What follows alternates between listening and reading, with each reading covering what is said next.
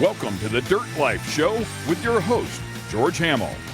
Yeah, what is up, everyone? Episode 125 of the Dirt Life Show. We have a Can-Am Texas Outlaw Series presented by Red Bull race recap. Rounds 3 and 4 out at Texplex were awesome, dude. There was so much racing going on. They changed up the track a little bit. A tornado freaking hit like the week before. It was insane, like the Monday before. So we got a whole bunch of fun stuff to talk about tonight. We got some awesome guests.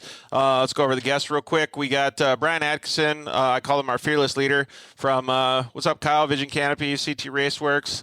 Let's see here. Brian Atkinson is going to come on, hang out with us for a little bit. Austin Dinger in the Outlaw Expert class. Code St. Peter, a youth driver. Man, he's insanely fast. Let's see here. His dad, Tom's, probably going to come on with us too. A racer in his own right, 6100s. Let's see here. Lacey and Ryan Tewksbury are probably going to join us a little later. Blake Gustin and Tex, both working and helping out the Outlaw Series. Let's see here. Darren Green, he's in the stock amateur class. He's going to join us a little later. And Landon Popper. So we got a pretty stacked show. We're going to try to see if we can shred through all these as much as possible or as quickly as possible so that we can get through it. But let's thank our sponsors. Actually, you know what? Share the shows. Get as many people as you can to watch the show because that's what helps us. More people you guys get, the better we get and more we can bring you guys the show. So share the show. I think there's even a button on the bottom of Instagram that says share the show. On Facebook, you guys know how to do all that sharing stuff. And then, obviously, if you want to watch the show later, you can check it out, or you can even listen to it on iTunes. Thanks to all our sponsors, KMC Wheels. Go down to your 4-wheel parts, your local dealership, order some KMC wheels. Thanks to guys over at Motul, best oils in the business, man. So hit up your cycle gear, get some Motul stuff, or wherever you guys have the ability to buy some Motul stuff. Thanks to guys over at Shock Therapy. Use the code DIRTLIFE at shocktherapyusa.com. Get some limit straps, steering rack, bump steer delete kit. New sponsor for the show, JL Audio. So thanks to those guys, man. They make insanely good audio products for your side-by-side, even bolt-in stuff for your Can-Am too. So let's see here. Thanks to the guys over at Evolution Power Sports. See where I'm wearing my T-shirt. Todd and all those guys, you can actually get a program from your phone and go update the ECU on your vehicle, dude. So go check that out. Zollinger Racing Products. Use the code TheDirtLife. You can get some tie rods, match up with your steering rack from Shock Therapy. Thanks to the guys, Kyle and the guys over at Vision Canopies. Those guys are doing an awesome job helping out, giving back to the community, giving back to the off-road racing.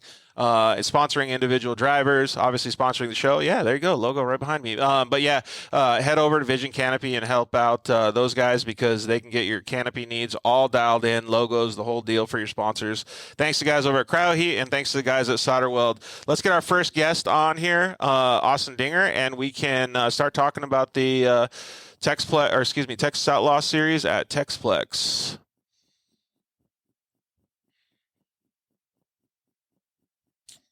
Let's see if we can get Austin on here real quick. There we go. Austin Dinger, what's up, buddy? How are you? I'm good, man. How are you? Doing awesome, man. Thank you very much for joining us tonight. You did fantastic out there this weekend at Texplex, didn't you? Yeah, it was a pretty good weekend. It was pretty hard fought. Sucks what happened to Donovan. We can get in that in a little bit, but glad he's going to be all right and make it back sooner than later, hopefully. Yeah, totally. So let's backtrack a little bit here. So you've been racing out at Texplex at the Texas Outlaw Series for a while. You got your car pretty dialed in, I've seen. But the class that you race, I think, is called the Outlaw Expert class. Yep, it's the Outlaw Expert class. So we're one step below the super cool guys, but we'll be with them one day. Yeah, totally. But, I mean, the lap times are still pretty close, man. So you guys race in a Can-Am X3, and that's what most of the guys do in the Outlaw class there. But, dude, that track is so crazy because, like, there's a bunch of stuff that I always think when I'm out there. Like, you're never really going straight. You always are loading the car like one way or the other, and there's always another corner that somebody can approach you, and there's a bunch of 180s where you can come in super hot on people, and your guys' class is like, I don't want to call it the bang and door class, but you guys get pretty aggressive, dude. Like, pretty fucking aggressive. You know what I'm saying? Yeah, say that. This weekend was the first time we broke something off the car after one of the, I think it was Moto 1 on Sunday. we came back to the pit, and one of the tree kickers was dragging the ground. So luckily, Cody Miller helped us build that back up real quick. But yeah, we're definitely not shy on letting everybody know we're in here. So, but that's the way to learn, though, too, right? Like if you want to be in the pro class or the outlaw class, then you got to really get in there and make sure that you know how to control your vehicle, get inches, centimeters away from the other drivers. So it's pretty intense. Yeah, it definitely. There's times, man, you go in some of those corners, you're like, I hope this car holds because we're going in so fast and so hot. You know, obviously we don't ever want to take anybody out, but sometimes we definitely tag a little bit harder than intended. Moto 2 on Saturday, man, me and Donovan were literally side by side for like half a lap, and we were both pushing our boundaries and where we should be driving at, and it was a blast. He ultimately ended up getting me in the very last corner, which has had my number all year long. But man, that class is super competitive. I mean, everybody's pretty evenly matched, and we're all running basically the same stuff. I mean, we've all got the same suspension, next level, Elka. I mean, the cars are all S3. They all have the S3 race chassis, but man, they're all so close, and so it's really fun to get out there and really test our skills. Yeah, totally. You guys have those things pretty dialed for out there. I mean, like if you actually come out to the West Coast Series, you're gonna have to have a whole different car, basically. Yeah, I was thinking about that when Brian posted that. I definitely want to try to get out there and hit, 1 or 2 rounds if we can get away from work long enough to do that. Because it'd just be really cool to go out there and do a different style of racing. But yeah, gonna have to change up suspension, tires, the whole 9 yards to be out there for. Yeah, it's pretty crazy, right? So, what was the reason that you decided to race out at Texplex in the first place? So, I grew up racing 4-wheelers, right? So I was just kind of racing something. It was 4-wheelers. That's actually how I met the Millers when I was a kid. I was racing 4-wheelers, and then when they got into side-by-side racing, we was always watching them. And Hunter and Cody would always say, "Hey, man, come out and watch a race." And so we came out. It was the second to last round of that Outlaw Series last year, and watched one round. And the next round, we had an X3 came out there and did the first race in the amateur class, and it was kind of snowballed from there. But it was. And it's a blast. I missed racing something and being back out there with a lot of the same guys we know. And dude, the whole racing community, man, there's nothing like it. I mean, everybody out there is trying to help everybody with everything. I mean, whatever you need, hey man, we'll help you out. And it's just really cool to be around a bunch of guys and girls like that. So. Yeah, like-minded people. I noticed that in Texas, like especially, like there's so much camaraderie. Like everybody is willing to help everybody else, and like you kind of just mentioned it, like. All of you guys are basically running the same thing because everybody shares all the information to help each other get better. So like, I always say that the pro stock class is the driver's class, but almost all of the expert and pro classes are the driver's class. Yeah, for sure. I mean, like we really are. We're all running the same stuff. We all have our little fine-tuned things we'll do here that we feel may give us an edge over somebody else, but does it? I don't know. They're all so close, but yeah, I mean that's the cool part about the series we run, and Brian's done such a good job of keeping it almost family based, what it feels like. But yeah, I mean you break something, whoever's got the parts willing to lend a hand. I mean literally everybody out there is wanting to help everybody keep their car together, get out on the track, and have a chance. Yeah, totally. Really part of.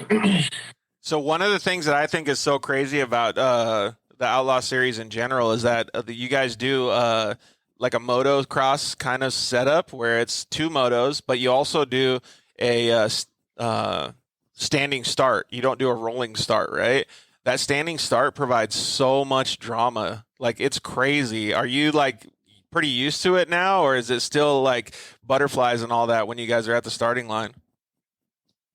It's, you're calm and you're focused, but you're definitely a little like, you're ready to go, right? I wouldn't say nervous is the term. You're kind of anxious to get going, but I mean, as soon as the green flag drops, like the nerves go away and you just go, hey, let's go race. But I like it. I think it's a lot of fun because it's some guys will push it like Donovan and Mickey, and we're always literally banging tires in that first corner, and it's a lot of fun to really drag race and see who's going to hold out the longest. Plus, it gives you a chance to kind of play with tires and what's going to hook the best. Because as soon as you can get a jump on somebody, our cars are all so close horsepower-wise that whoever can get the jump usually gets off the shot. So. Yeah, dude, let's talk about that too. So there was a lot of I don't know what you want to call it.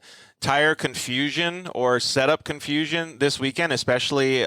So there was a tornado that ran through the previous Monday, so 4 or 5 days before the event, and then the track got re-prepped, like fully groomed, and then so it kind of brought some pebbles up to the top on a hard packed surface, so it was really skatey. And then obviously having to water it and having it at certain points in the motos, and then tire selection and sway bar and suspension setup really it elevated to another level this weekend. So how did you go through and compensate for all that? Because I know people were fighting it. Yeah, it definitely, and the track was different every time we went out. So all 4 motos, the track was different. We stayed pretty consistent all weekend. We made a couple changes to the tires Saturday night in anticipation for Sunday. But, because Friday we got out there and it was super dusty, super dry. Saturday morning, the track still had some moisture in it. So the first couple of motos were a little slick. Second moto was awesome. So we were just, kind of playing with air pressure here and there throughout the day, anticipating what was going to happen. But as far as suspension and sway bar things, we kept all that the same this weekend. I know there's some other guys that were definitely stiffening or messing with suspension, but it was pretty crazy to see how much the track was changing every single moto. I mean, it definitely had my number. Moto 1 Sunday was not my day, so the track had me beat for that one, but we came back out. But it was pretty cool to see, though. But I like that, because it makes everybody drive. It's not the same thing. It's not repetitive. It's like every time we go out, what are you expecting? So there's definitely you can separate people in that aspect, which is what I really like. And I think that's cool that the track was doing that this weekend. Yeah, totally. And it forces you to be more of a professional, right? Because you got to think on your feet. You got to really get your car set up. There's all kinds of crazy stuff that happens. So your buddy Cruz said that he wanted us to show this video. It looked like you guys got your recap already kind of done, so some people can check out your car. That's what your car looks like, and you guys getting kind of set up. Super cool that he was able to put that together so quickly for you guys. Yeah, he did a really good job with that, man. It's always cool to get to see. We've been doing a lot of stuff at the track with videos and off the track too. Getting to kind of see how we do it. But he did a phenomenal job with that, especially putting it together that fast. And it makes it more fun when you get to see stuff like that. It kind of gets you excited to go back out for the next round and go push it some more. So. Yeah, totally. So some of our well, actually, that's one of the things I was going to bring up, that shot that just happened there. But some of our audience can check out the track and kind of see how it is. Looks like super fun. But they had a new split lane in there with a little step-up double on the inside, and then you could go full gas around the outside.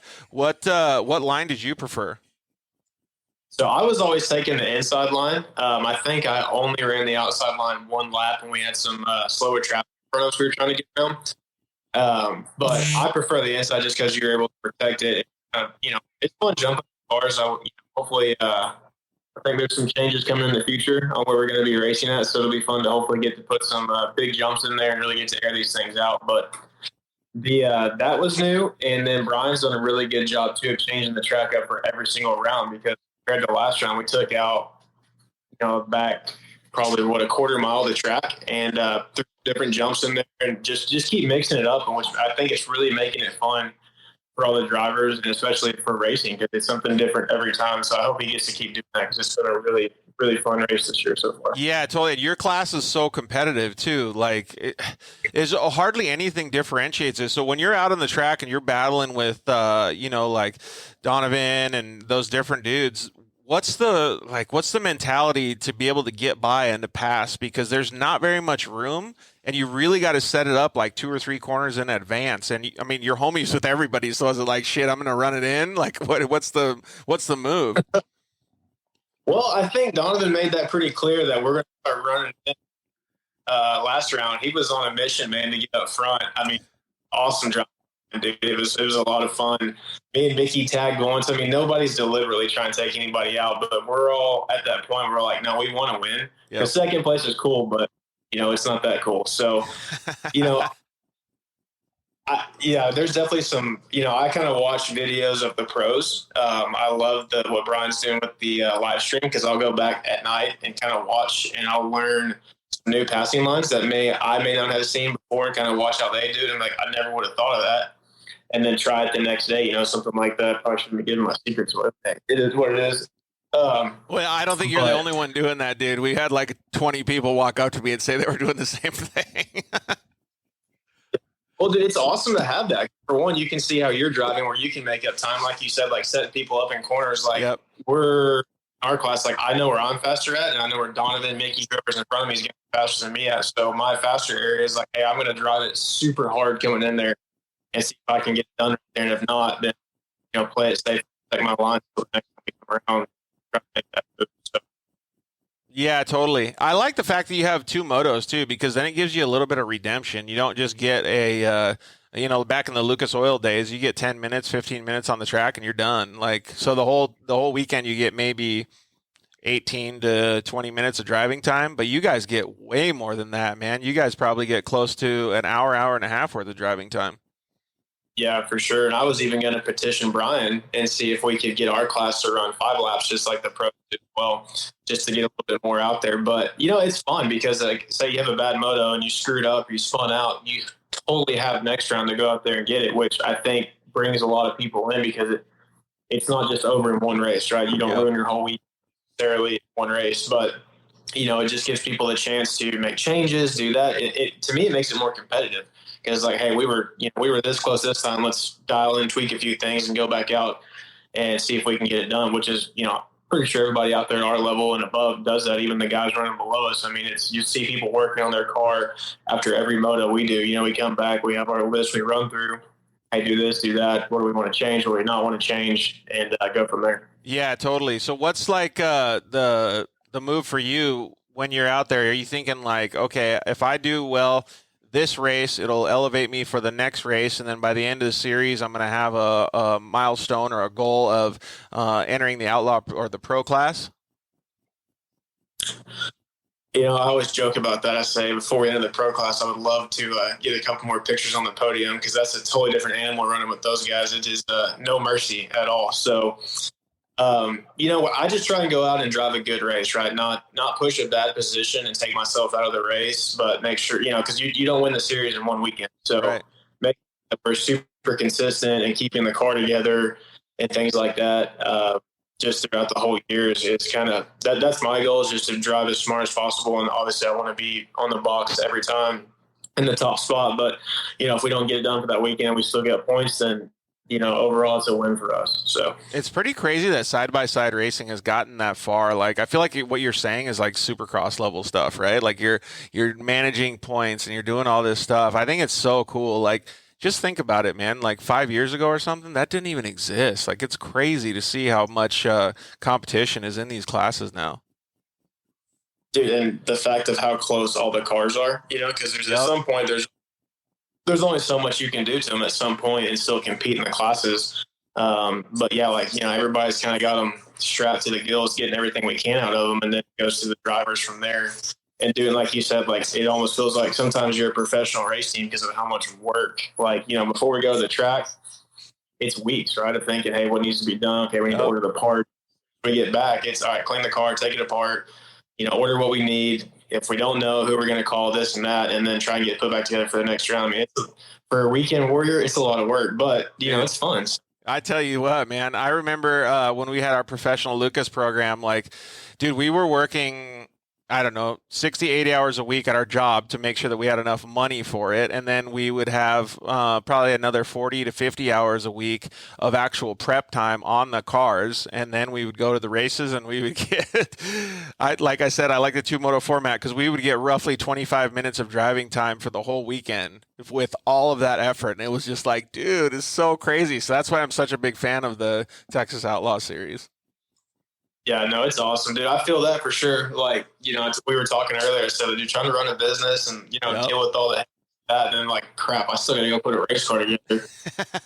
You get home and you're like, dude, I just want to eat some food and take a nap.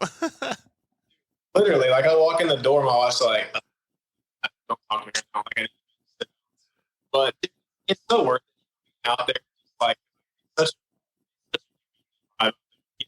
guys talk to time. It's fun.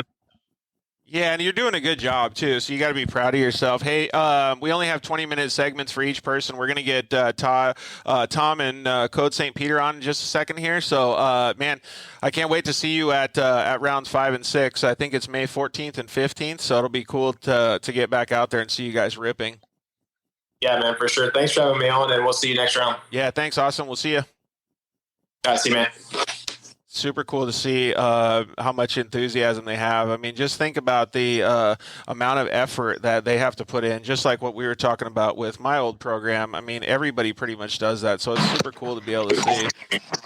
What's up, Tom St. Peter and Code St. Peter? How you guys doing? Good, man. How's it going? Pretty good. Thanks for having me. Code, you got to sit up a little taller. I know you're small, but dang, dude. There you go. Stand up next to your dad. Perfect. Hey, so you had a pretty good weekend this past weekend, but before we get into it, I'd like you to introduce yourself to the audience. Tell them your full name and what your age is.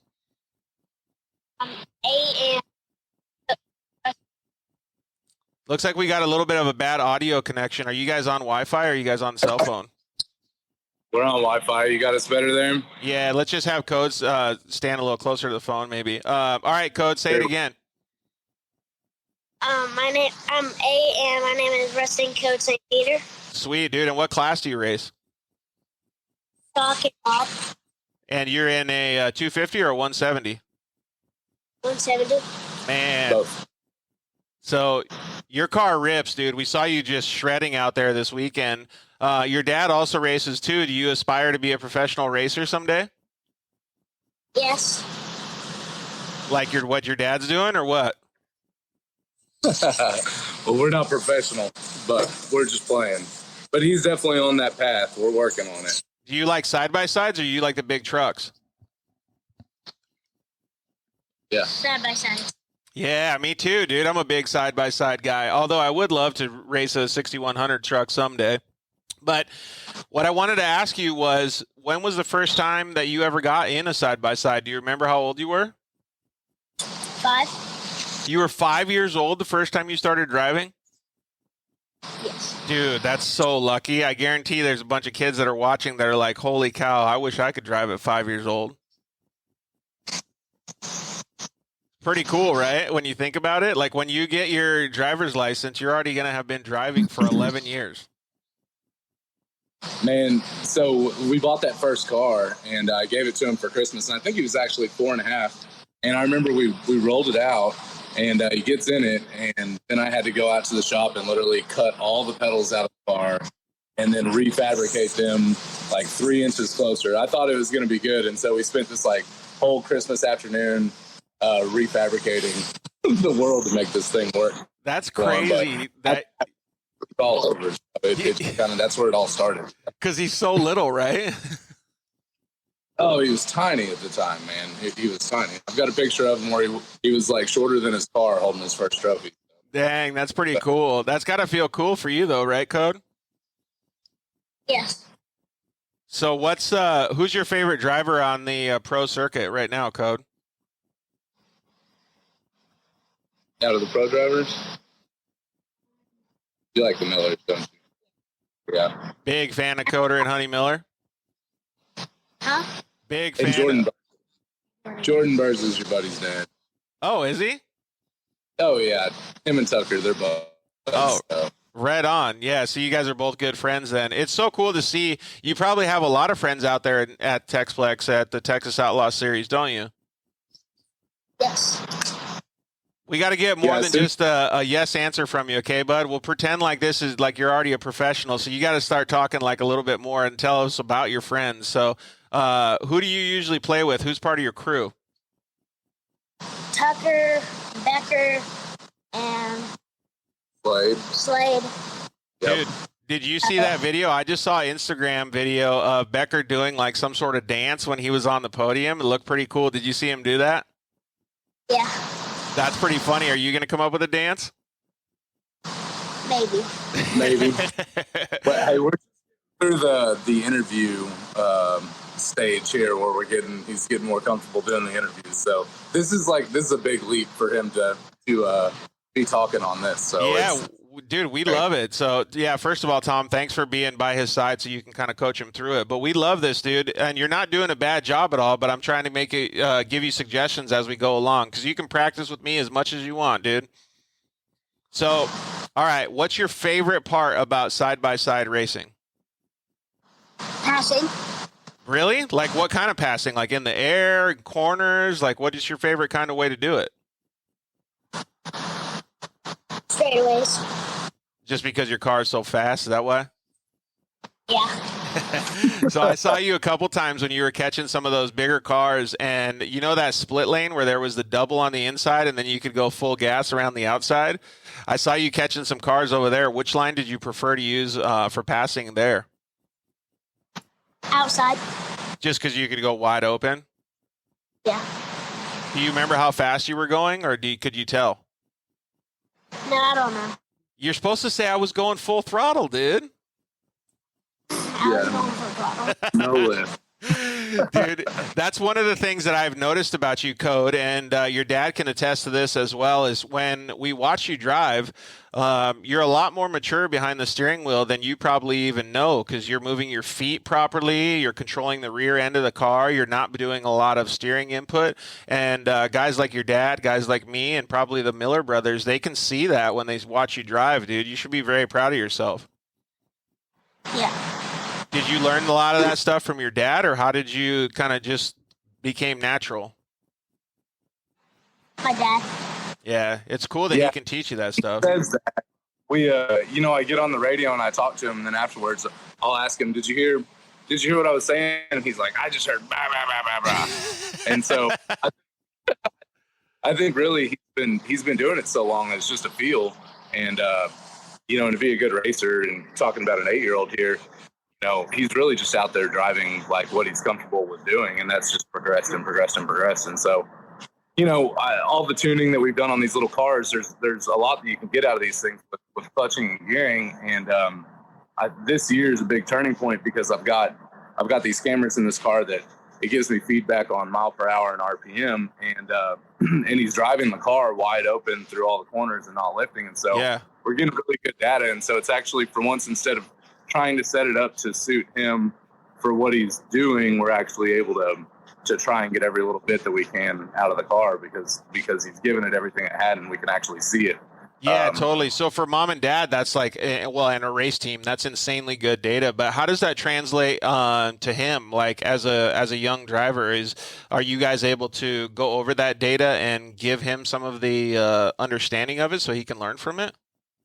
Yeah. So a big part of what we do whenever we come back is we pull the video up, and we just sit there and we talk about his line choice, and we talk about where he's lifting just a little bit early in the corners. And I think the limited car hasn't been so much of an issue, because he just kind of puts that thing on the floor and just goes. But when it comes to that mod car's got a lot of power, and so the last couple of years in that thing, he's wanted to coast into the corners a lot. And so we've just kind of bridged into that area to where, instead of letting off the gas early and letting it coast into the corners, he's pulling out of the gas at the last second, stabbing on the brakes, and then getting back into it. So I think that was a hurdle that we've been working on for 4 years, is no coasting, hold the gas until the last second, and then use those brakes and go. So, yeah, that's cool. A little bit more moto style. Yeah, you can tell that he has a lot of rolling speed when he's driving on the course too. So, Code, when you get done with your races, and your dad says, "Okay, let's watch the video and let's watch look at some of the data and stuff like that."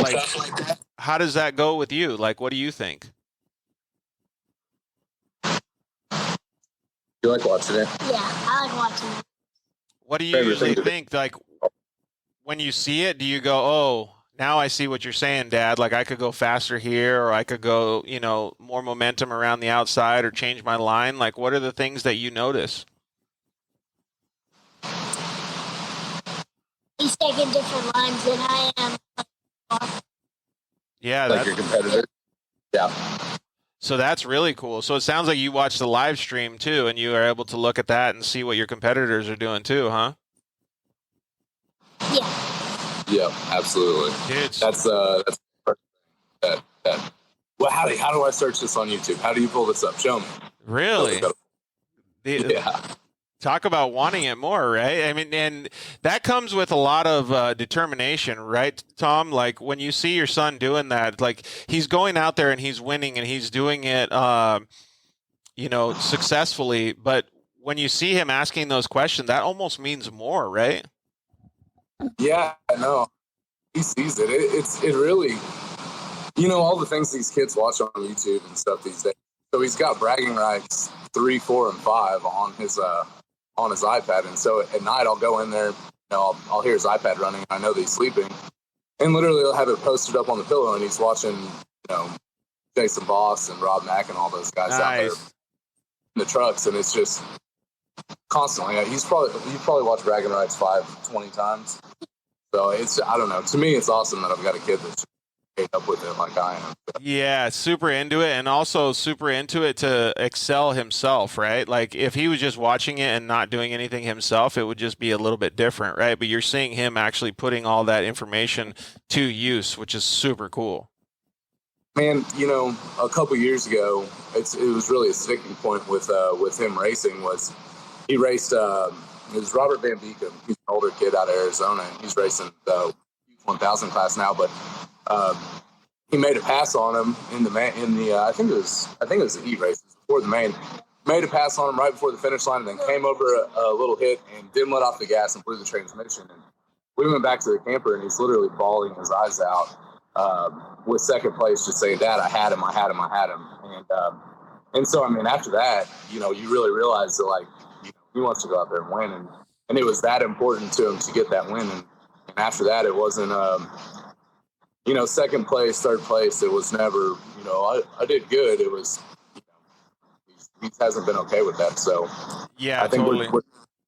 He's 10 wins in a row now to start the year off. So. Dang, dude, look at you. And Grayson Poppert said, yeah, you did a great job this weekend, too. So, one of your homies, dude, chiming in. That's cool. You did do a great job this weekend. 1000 class. Yep. One of the things that I was going to say, because you just kind of touched on it too, is that one little gear in those transmissions on the 170, dude. Like I know CMI made another replacement gear for those things that's supposed to be really good, but I don't know what the next weak link is in the transmissions. But those 170s, that one gear, dude, will kill you. That deal that CMI did, it holds up. I think we've got 8 races on this transmission and it's still running. But last year, we were eating them alive. So, we would literally change gears in the transmission every race. So, If we ran practice on the car, in the mod car, and then we ran a heat race, we would have to change the gears before a main. So, it was good for a heat in the main, but if we ran practice on it, the gears wouldn't last. But what CMI did with those transmissions, it's expensive, but it's worth it all day. It's bulletproof. Yeah, totally. Chuck's always doing a good job over there. Hey, so, excuse me. When you get to the track and you get to hang out with all your friends and stuff, Code, what do you guys usually do? You guys just focus on racing, or you guys ride pit bikes? What's the deal? We ride pit bikes. Where do you usually go? Pit bike tracks. Oh, that's pretty fun, huh? And then when you get home and you're with your dad, do you help him work on the car? Sometimes. What do you usually do? What does Dad make you do? Does he say, Code, you got to wash it? Code, you got to air up the tires? What's the usual thing that you have to do to help him? Take the body off. Take the body off and wash it. Is that pretty easy, or is that take a long time? Say that again? It's pretty easy. But it's fun to help your dad work on the cars, don't you think? Yeah. Yeah, I think it is too. That's got to be some really good father-son time too, right, Tom? Yeah, absolutely, man. I think the whole thing has become a big family deal. Whenever I go out to the desert, it's just me and the guys, and we're just on this mission for a week. It's hard to involve the family in that whenever we're having to drive 20 hours. And so this is a deal where, we take the camper and my wife and our daughter, we spend all week out there doing it. And honestly, sometimes I wonder if we came, I got to remind him that we're there to race, because as soon as we show up, he's on the pit bike and he's gone. And we're running everywhere, and it's 10 minutes before the next race, and we can't find him, and he's over somewhere on the pit bike. I think we ran 3 tanks of gas through the thing. So. That's pretty cool, but we got to think about it when we were 8, though, too. We would have probably been doing the same thing, right? Yeah, if we had those cool things when we were 8. Yeah, totally. We were actually talking about this the other day about how cool it would have been to have side-by-sides and things like that at such a young age. Would have been pretty rad, man, but we had moto. Yeah, for sure. The old, twin shock outside the fenders, 50 built the XR80. Some Code will never know about. That's so cool that you're able to do so well, Code. We are all very proud of you. You're such a really mature driver for your young age. I know that might not mean a lot to you, but to your dad it means a lot. And for me, somebody like me that's already had a professional career, to see you doing this means that you have such a big future ahead of you, dude. So we're really proud of what you're doing. And we want to make sure that you give it your all every single time that you're out on the track. And I know that you already do. Yeah. He's so humble, right? Oh man, we're just getting there. So super cool. Hey, Code. So you have 2.5 minutes left before we got to let you go. Do you want to take your dad's phone and walk around your car a little bit? Sure. So you can show everybody what your car is. I'd like to see what you look at when you're inside. So maybe show us the cockpit. So like where your helmet would be, so we can see. Can we flip this around? Let's see. How do we do this? Yeah. There you go. Here you go.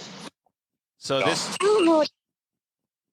Well, the body's not on it, so. That's okay. That's even better. So some of the kids that are watching can see this. So maybe show us your seat and your steering wheel so we can see it. Then we got. Let's open this up. Yeah. Down there. Yes. Super cool area, right? Both of these cars were built by Car One, and he did a great job. So they're all carbon fiber skins on them. Really just built as good as it gets in my opinion. So as far as the Car One just got dialed in. Brian over there at Car One does do a fantastic job getting those things ready. Do you think you guys are going to end up racing any of the West Coast stuff? I don't know. We may. He wants to go and race the Mint 400. I mean, we want to catch a couple races out there. We went ahead and committed to the Mid America and Outlaw series this year, and so it's a lot of racing. So he's facing 4 tips, and we got to get through those, and we'll find some time after that and see what's next. That is a lot of racing. Are you up for all that racing, Code? Yeah. Dang it, you want to do the Mint 400 too, huh? Yeah. I would love to see you do the Mint 400. Have you seen some of the other younger guys like in your class do the Mint 400? Have you looked at them on YouTube too? Saw Tanner Thompson did it. Yeah, Tanner Thompson. Yeah. What drivers do you watch on YouTube? Which ones do you watch? That is Tanner Thompson, Tucker Burza. That's about it. Yeah. Those are the guys. So the Car One guy said, "Come on, it's only 24 hours of a drive, Tom." We'll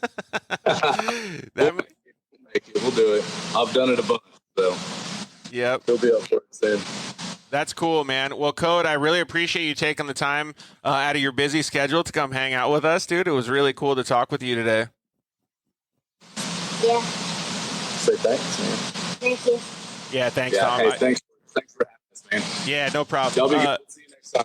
Yeah, for sure. Thank you very much, Tom. Like I said to him, I meant that for you, but wanted to see what he thought. I thought I could get a little rise out of him, but thank you very much, both of you guys, for taking the time, dude. You guys are awesome. Thanks, dude. Have a good one. Code did a great job, too. Thanks, Tom. Thanks, guys. Bye. We'll see you later.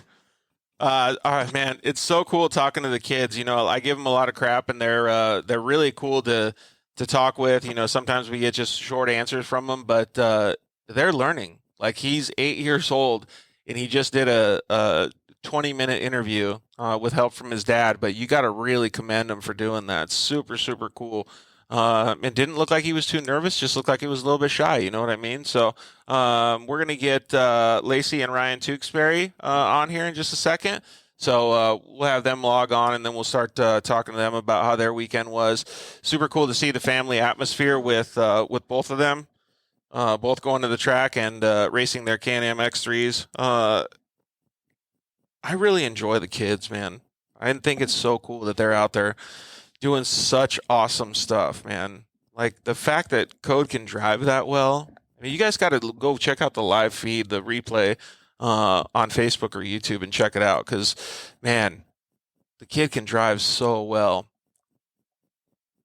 All right, let's see if we can get Lacey Tewksbury on here and see if Ryan's going to join her.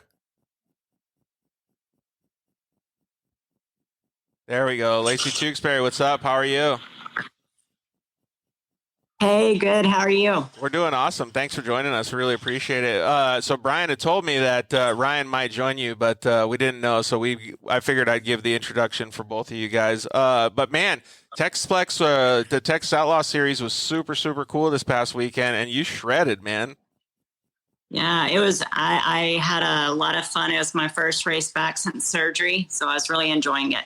Yeah, tell us what surgery you had again.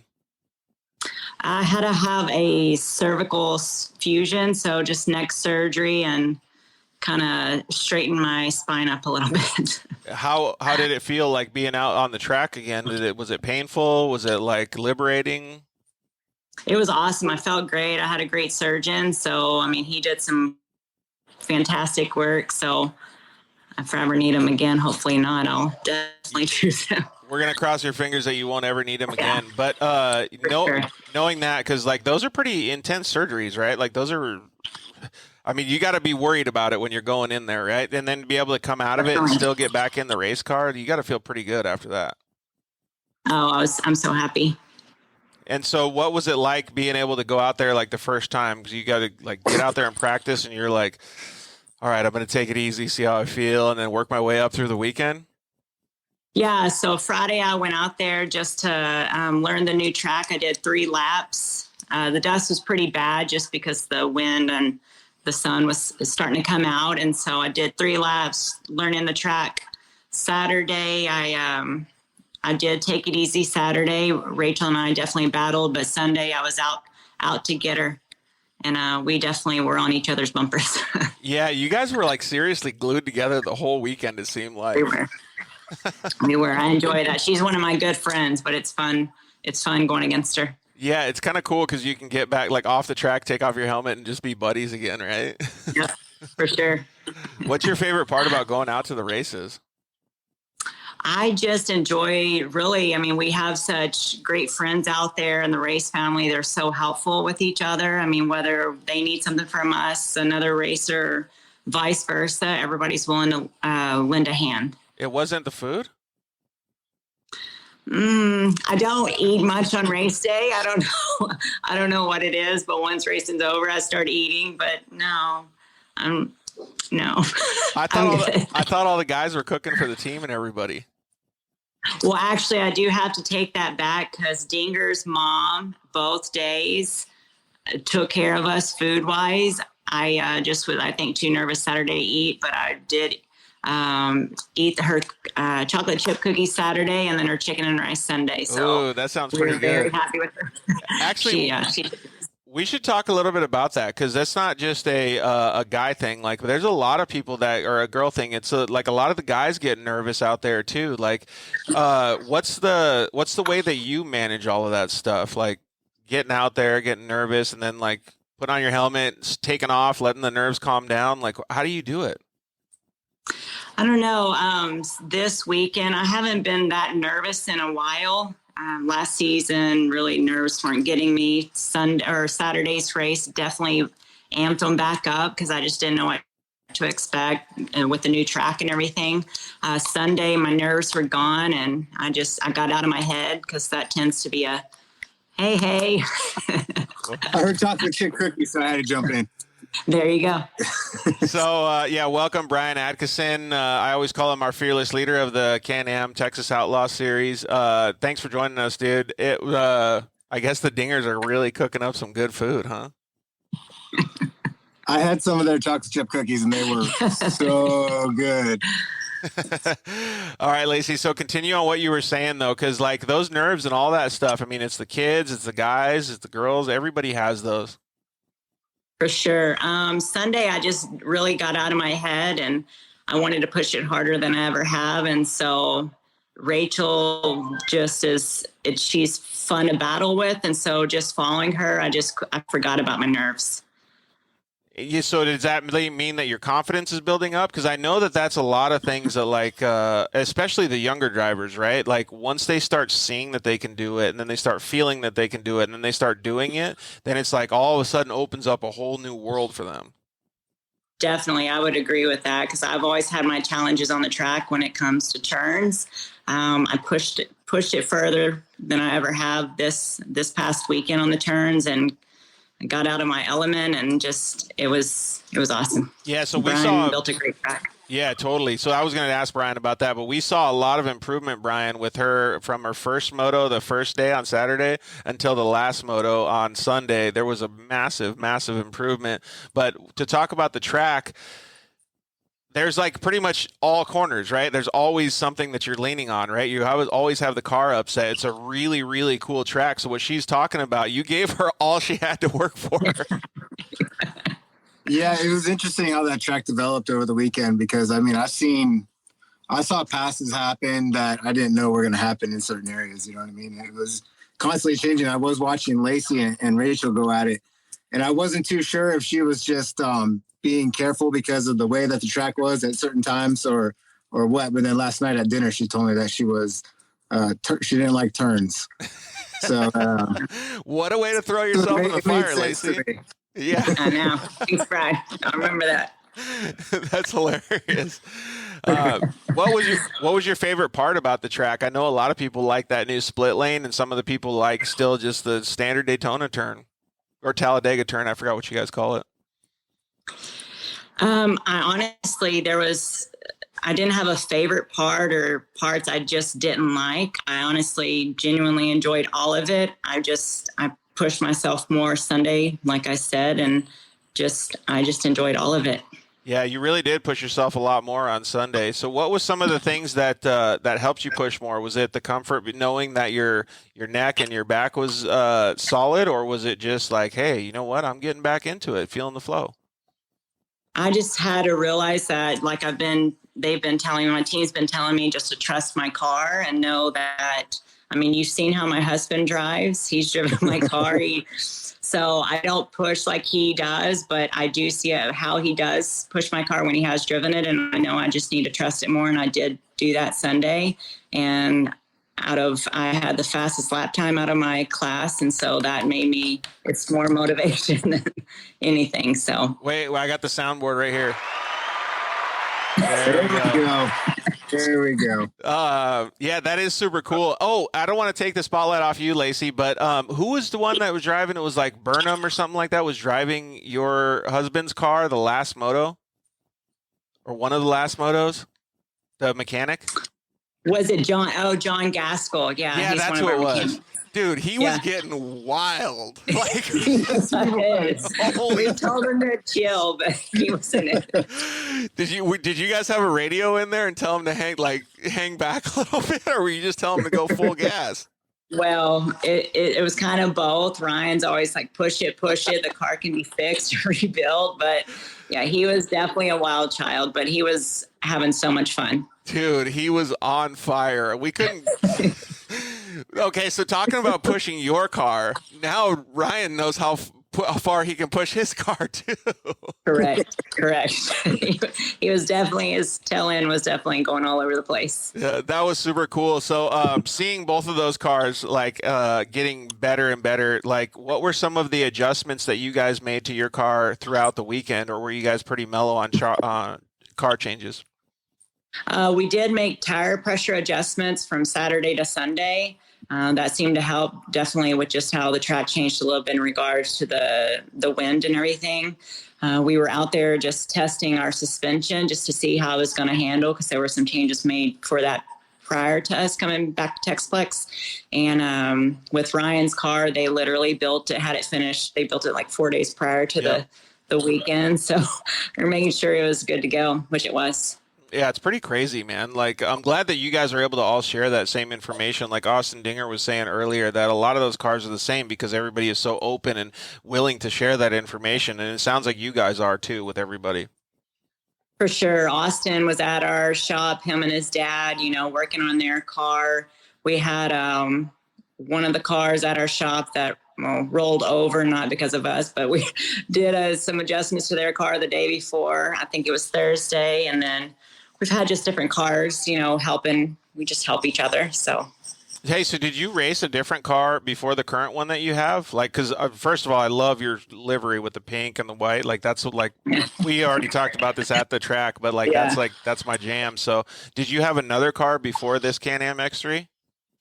So this last season was the same car. They were in the process of building me a new one. You just couldn't get your hands on everything we needed. So they brought that same X3 back, just kind of toughened it up a little bit. Last season was the same car, just a different wrap. My first season I raced was a Turbo S, which is definitely a big change from what I'm in now, which I love what I'm in now. Yeah, it seems like it's a really nice car. Like, it seemed like it was stuck to the track pretty good. I mean, there was a couple times we saw you get pretty loose, but I think those were just mistakes that you made. It looked like the car was really sticking good. Oh, yeah, it was great. What's your favorite part of the track? See, I've always been into jumps. I love them. I really enjoy them. The bowls are not bad either, but I really did enjoy the turns this time because I just trusted myself in the car again. Yeah, that's super cool. So, yeah, the jumps, like, there's quite a few jumps already out there on course, right? So, two of the jumps that I thought were super cool was that new inside line in the split lane, so you could double over that little jump on the split lane. Were you able to go over that? I took that once. I mainly took the outside every time. I did try that inside just to try to get around Rachel, of course. Yep. I just seem to have better luck with the outside. It's just a smoother line right there and transition. And they were pretty even, too, like going over, and then you would catch up, and then you could have a really super good approach on that next corner. There was a lot of actual setup moves that came before you go in there. It was super cool to see. Yeah. And then, I was watching different people take them. Yeah. There you go, right there. So watching people, were you watching the live feed to be able to see and then kind of like gauge what you could do the next day? Yeah, for sure I did. And I even after the fact, I would go back and watch footage of how people were taking everything and jumping and which lane they took and how they were taking turns and trying to make the passes and just try to help myself on the next rounds. So one of the things I was going to say is, Brian, we have to put a tire or something on that like back straightaway, like 3 turns before the Daytona turn, because those dudes were cutting that jump and just flying completely sideways through the straightaway and landing on that next straightaway. I know what you're talking about. It was wild. So the reason I'm bringing it up is not to tattletale on anybody. It was because I was going to ask Lacey, did you ever get to like have that opportunity to take that line? Because it looked like it would torque your neck so hard, and I didn't want that for you.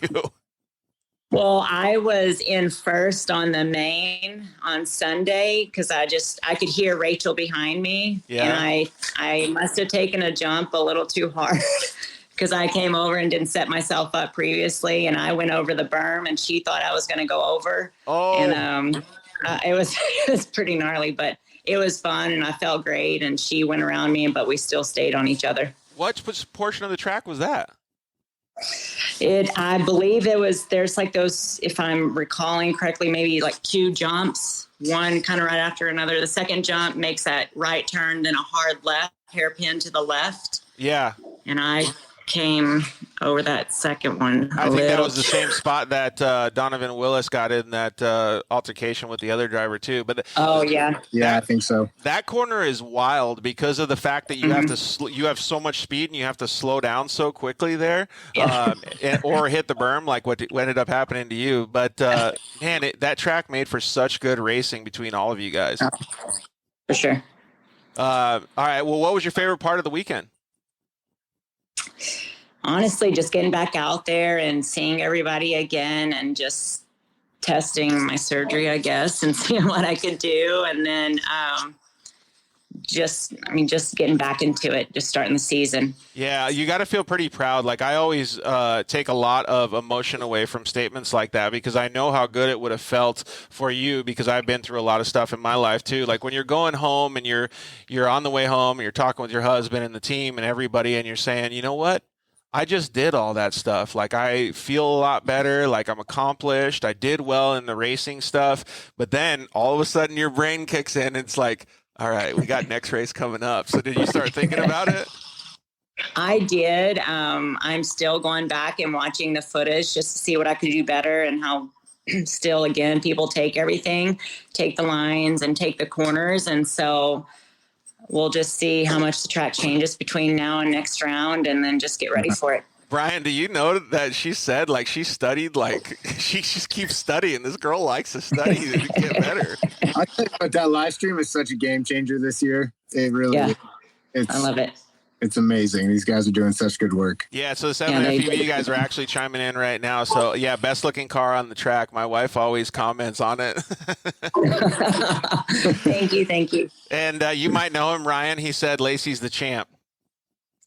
It's my husband. He's not in the house. He's away right now. He's on our property.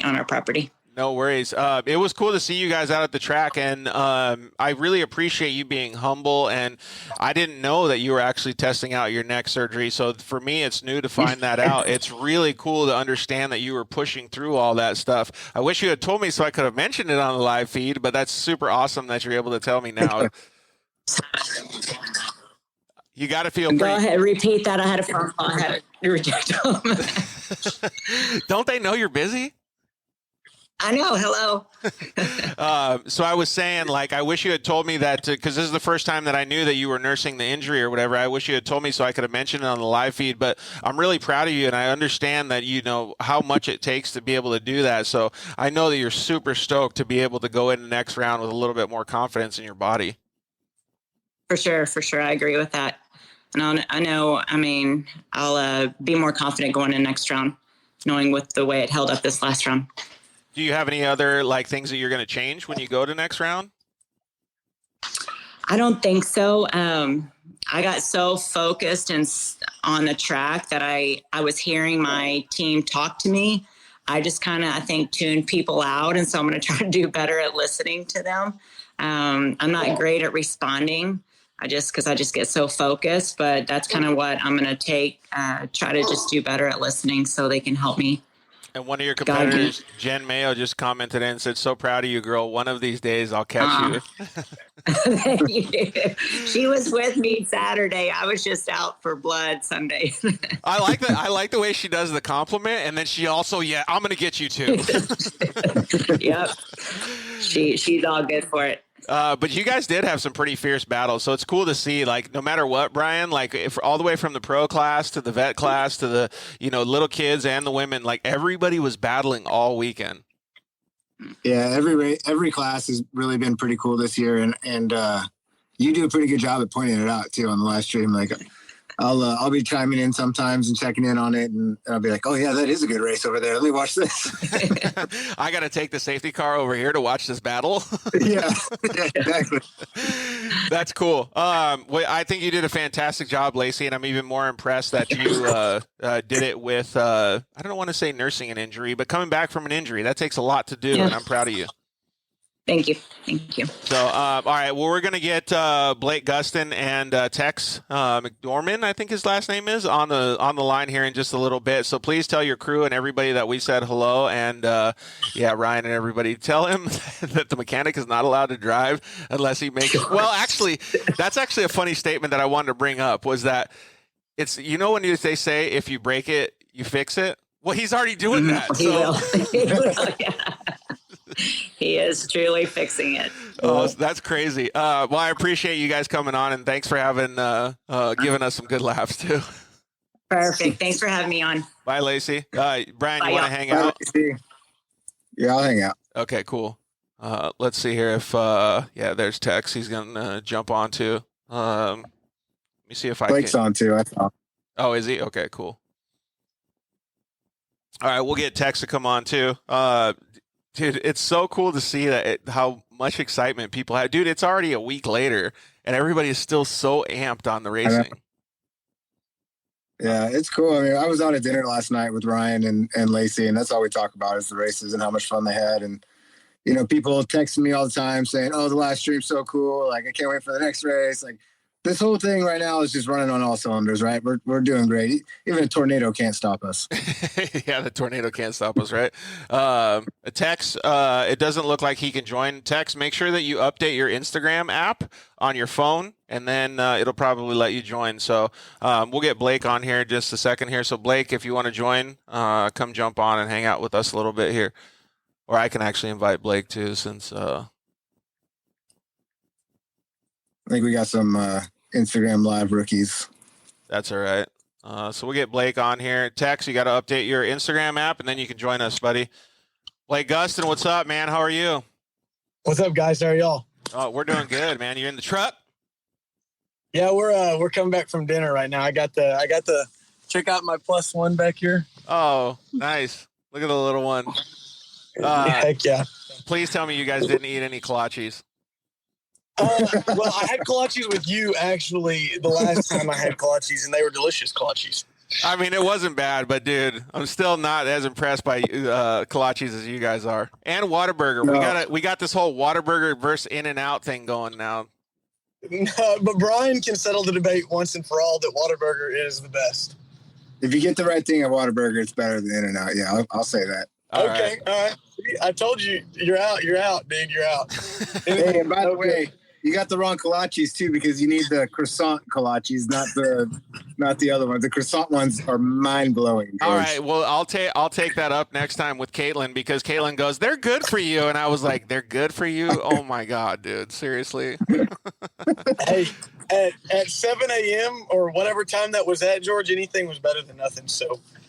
Good point. Hey, so first of all, I want to say thank you, Blake, for everything that you do for all the guys at the Texas Outlaw Series. I mean, like, you pretty much have zero time to even take a sip of water during the day because you have so much stuff going on. But maybe tell us what kind of stuff your daily tasks are. Yeah, guys. I mean, we try and help Brian, obviously, with everything that we can to make the Outlaw Series run smooth. His hands are beyond full, and it takes a special person like him to, juggle everything and just really make everything go around. So I try to just kind of be there and help in whichever, way we can, from tech to keeping his machines going, to making anything that we can make throughout the day work smoother for him, or come up with ideas on how to make things smoother.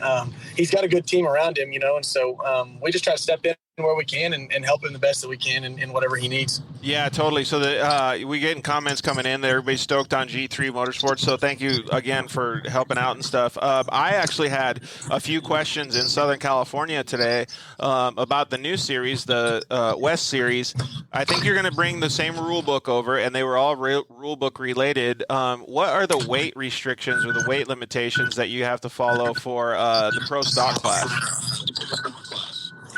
So I think Brian and I actually had talked about that, and Brian can help in this aspect. I don't know if it's actually been set in stone yet, but I think what we were talking about, instead of just having an across-the-board weight like we do here in Texas, where it's 1650 for the NAs, I think he was wanting to per manufacturer weight rule. Is that right, Brian? Is that still what we're kind of talking about doing? Yeah, so we got I got to bust out the calculator. We're trying to do the power to weight ratio and figure out what a good weight per manufacturer would be. I know the Champ's already done it, so they're going to play out of their book, but I want to figure it out for myself as well. Okay, cool. So that'll help a lot of people that are going to do the West Coast series too. So, and I think that'll be pretty cool. Blake, you forgot the kid in the car? No. My fiance is in the car. She was like, you just go. So yeah, no, we're all good. Oh, I forgot the kid. I'm trying to cut weight out of my car, so I'm going to leave the kid in the car. Oh, that's hilarious. No. But not only Brian, go ahead. Please, you go ahead.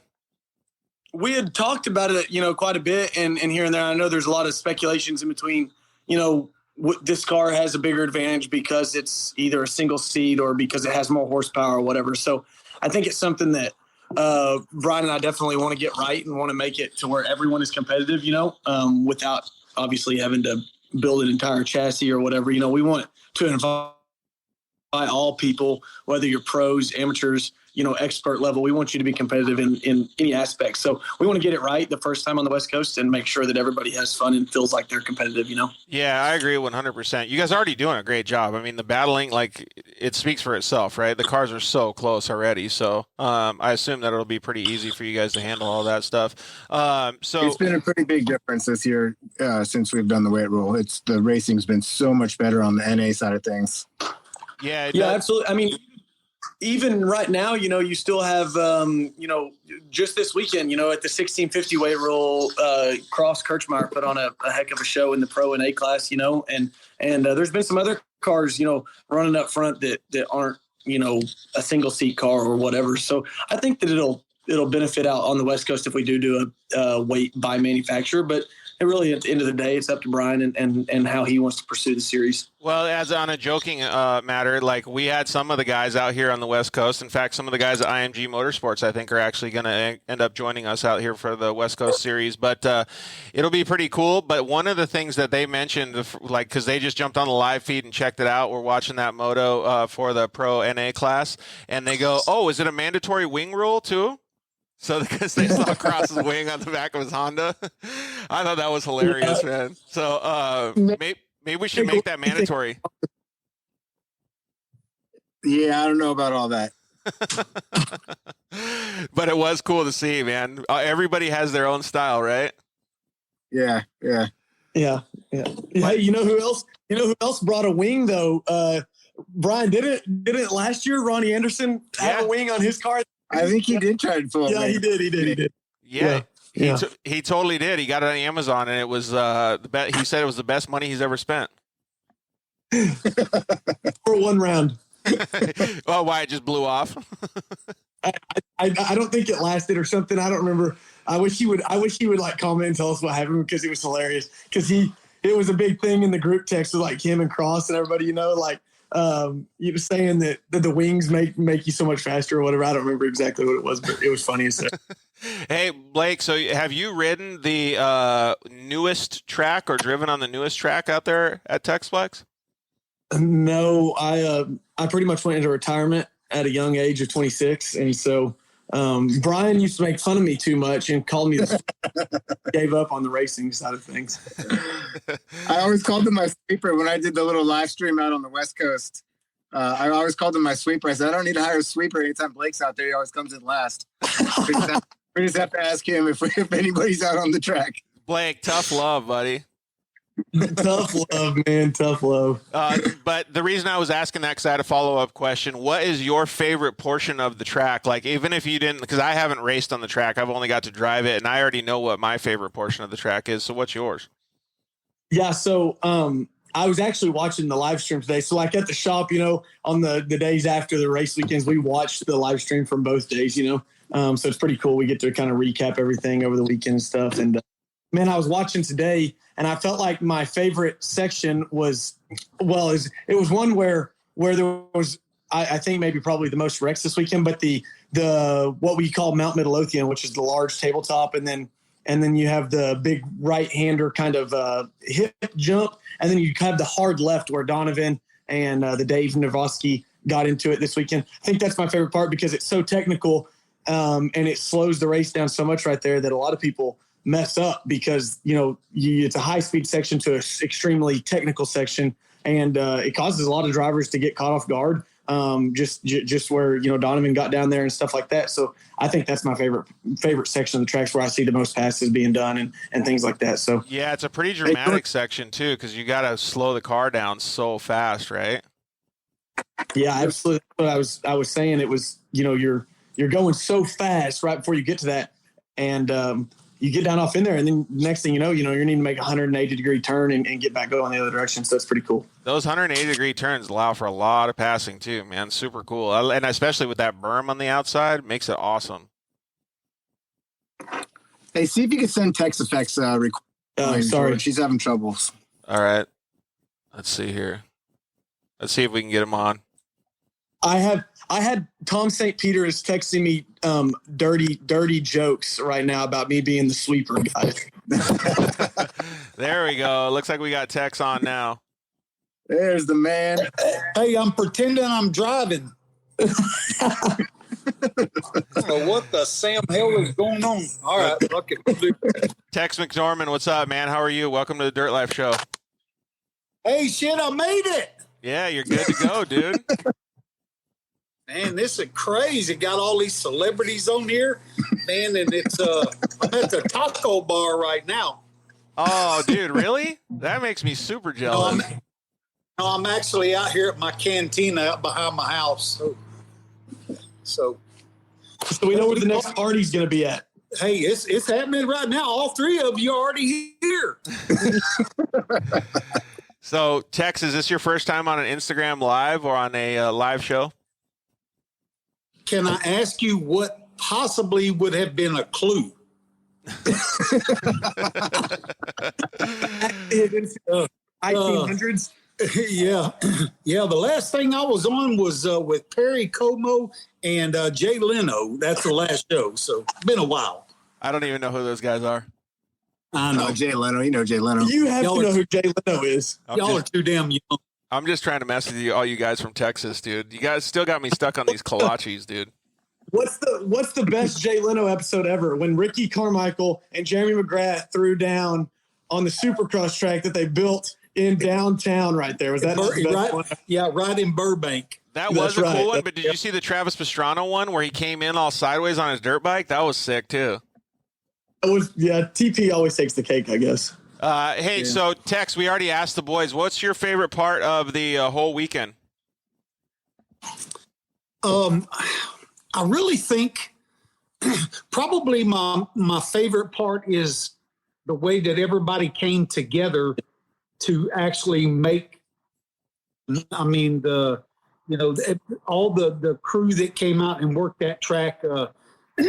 Brian and everybody getting that thing cleaned up. And I was just praying, leading up to that, the day after that tornado, that Brian didn't call me and say, oh, hey, I just want to let you know your announcer's booth is still there. It's just down a little bit further on Miller Road.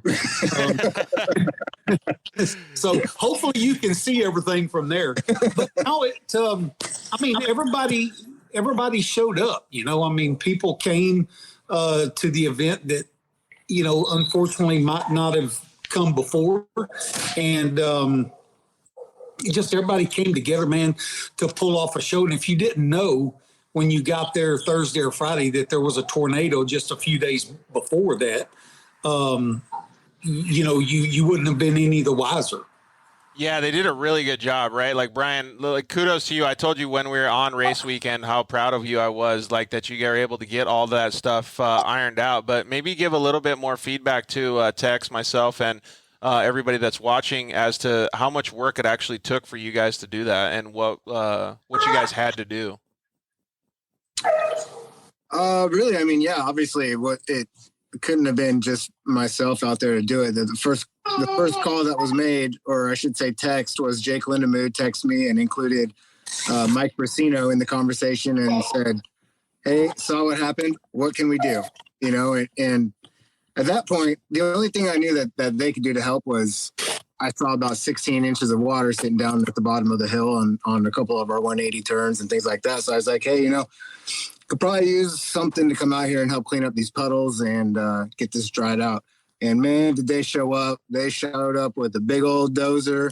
They already had a tractor and a box blade there. They brought the 4K water truck for when it did get dusty and the roller. By the time they sent three full-time guys for 3 days to come and tear up that track and put it back together. And the track, seriously, I had people tell me that in the 3 years that they've been racing Texplex, they've never seen a better track before. Yeah, dude, so, it looks so good. When we showed up there, I was like, man, this track looks cherry. It looks like it was brand new. Yeah. And that's what all the racers were saying when we were doing the interview, is that's the best track that they've ever raced on there. And it looked great. Like I said, we were happy, pretty happy with the turnout. I do this stuff for a living, going around the country talking on the microphone. And I've worked with, some different series, not particularly in this kind of racing. And it's kind of, in a way aggravating when you have when I tell people that there's only three things that make a show, there's only really three things, and that's the competitors, that's the sponsors, and that's the people who put on the show. Yep. And if you don't have any of those things, no show is possible, whether it's a circus, a monster truck event, or a race. The people that run this event, and I don't say it because Brian is on here, him and I have had this conversation several times, this is like the best organized series and stuff that I've been a part of in 17 years of doing live event announcing. And, the people are there to answer questions. They pay their bills. The racers are happy. We've got all of the components there for this great series that, you would think you'd have 500 or 600 competitors come to, and for some reason they're just, do they want all the frills? Do they want the swimming pools and the circus slides and the, bungee jumping in the evening? I mean, is that what everybody wants, or do you come to race? And I guess that's $1 million question, is finding out what people want and why, we don't get these crazy turnouts. I agree 100%. Like when I go to the races, I'm there to race and also take the free kolaches. I'm there for the free kolaches, George. I'm with you on that one. Well, unfortunately, the announcer doesn't get any of the kolaches, none of them damn chocolate chip cookies or the dinner. Dude, we got to get you on the program, man. No kidding. We're going to have to make sure that Brian keeps Caitlin there to keep bringing the kolaches, George. Otherwise, that was great. Not have had those. They weren't bad, but I would have liked to. So I learned from Dustin Jones that you are supposed to the hot dog on a stick. First of all, I've never seen one because I had to give mine up. But anyways, I heard Dustin Jones say you could dip the kolaches. Why don't we have dip next time, man? Let's upgrade. What kind of dip? I don't know. I think you might have been pulling your chain. Mustard? No, he was yanking your chain for sure. DJ was definitely yanking your chain. You're just supposed to run those bad boys stock? Yeah, stock. Dry as a bone. Hey, you gotta remember, I'm a California just so you know, I'm new to this as well. And just so you know, it's hard for a guy to walk around and eat a hot dog on a stick. I eat one, but I have to break off the pieces. I'm so self-conscious, I'm right there with you, buddy. Hey, I eat a banana in private, all right? Yeah, no. See, George, that must be why I saw the banana pills in the announcing or in the live stream trailer that got dropped off. Yeah, I was just trying to Mario Kart everybody, dude. You were saving them. Yeah, exactly. Excuse me. So Tex and Blake both. Blake, I know that you didn't get too much time to go out and watch the races, but I wanted to expand on what we're talking about a little bit. And knowing that we have so many good racers out there, each individual class, whether it was from the kids all the way up to the women and the veterans and then the outlaw class, every single class was so competitive, like insanely competitive. Give me your guys' opinion on that. Yeah, so I mean, I don't get to watch each and every race, but I help so many of the racers that I get to hear about it. And like I said, I go back and watch the live stream that, by the way, you guys do an incredible job. Not only you, George, but Josh with 7FPV, Area 51, all the guys on the ground. I mean, we were literally watching it today, and my employees, they were like, man, that's like, CBS live, sports, whatever. I mean, it's so cool to be able to go back and watch this stuff. But I help so many people, and I help people from the 170 classes to the amateur turbo classes to the expert turbo classes. I know the competition out there is super stacked this year, super close. The coolest thing I think is the guys, the kids, I guess I should say, in the 170 classes, the 250 production classes, all of the small youth kids that are really the next generation of all this racing. You've got Code St. Peter out there. You've got the Car One cars that are built out in California. They're here racing. Those things are just on a whole nother level. And those kids, they're loving every minute of it. You've got Harper Willis and Easton Helms and all those kids that are out there that are. It's so cool seeing them in the pits. They're like the best of friends. And then when they put their helmets on and they go out there and they start racing, they're not friends anymore. Like they don't know that yet, but it's like when they're our age, they'll know that, hey, I'm competing against these people. But it's so cool to see them growing up and their parents there. And you've got Tom St. Peter and the Helms and Donovan Willis, and all of these people, Carlos Cotto and all of those guys that have all these kids there hanging out together, having tons of fun in the pits, and they go out there and race. I think that's the coolest class to get to watch and see them out there, just ripping and just doing war, and they don't even know it yet, Yeah, and they're battling so close, and then all of a sudden they come back and they're just on their pit bikes. What about you, Tex? What do you think about all this close, tight racing? I think, like you were talking earlier, that, everybody shares information out there. And if somebody needs a part for a car and somebody out there has it, they will they'll give it to them. And when you watch this racing, to me, is a lot like watching NASCAR. You watch the start of a NASCAR, and I can say this because I was on a pit crew for 4 years. When you watch NASCAR and you got 43 cars lined up, and you think, man, that dude that's back in 43rd, he must suck. He must not have any money to go out there and compete. Well, that dude that's starting on the pole in NASCAR is typically only about a second and a half, maybe even a second faster than the guy that's starting in 43rd. Yep.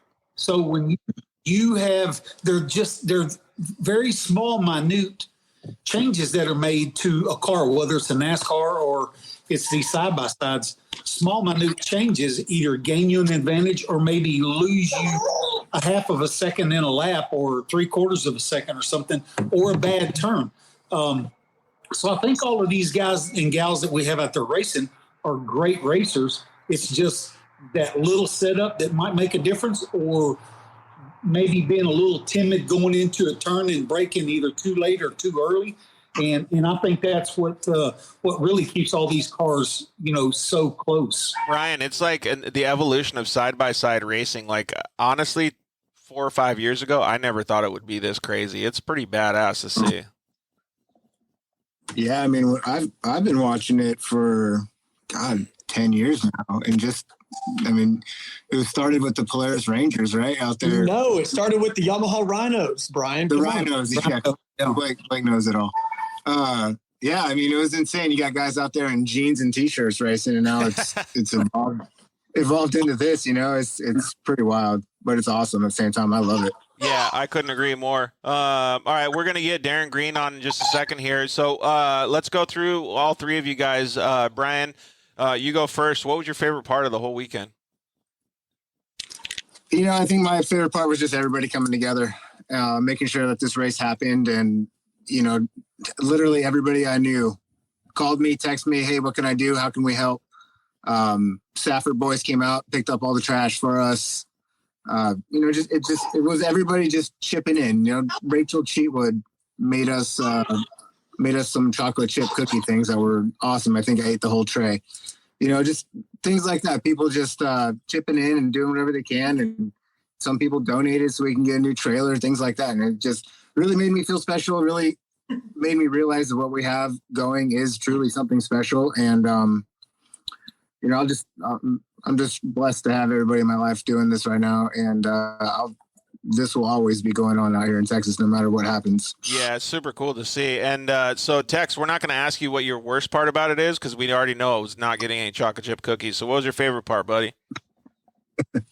So I have three. And one is going to be short because it's reiterating what I said earlier about everybody coming together, and it's what Brian just said.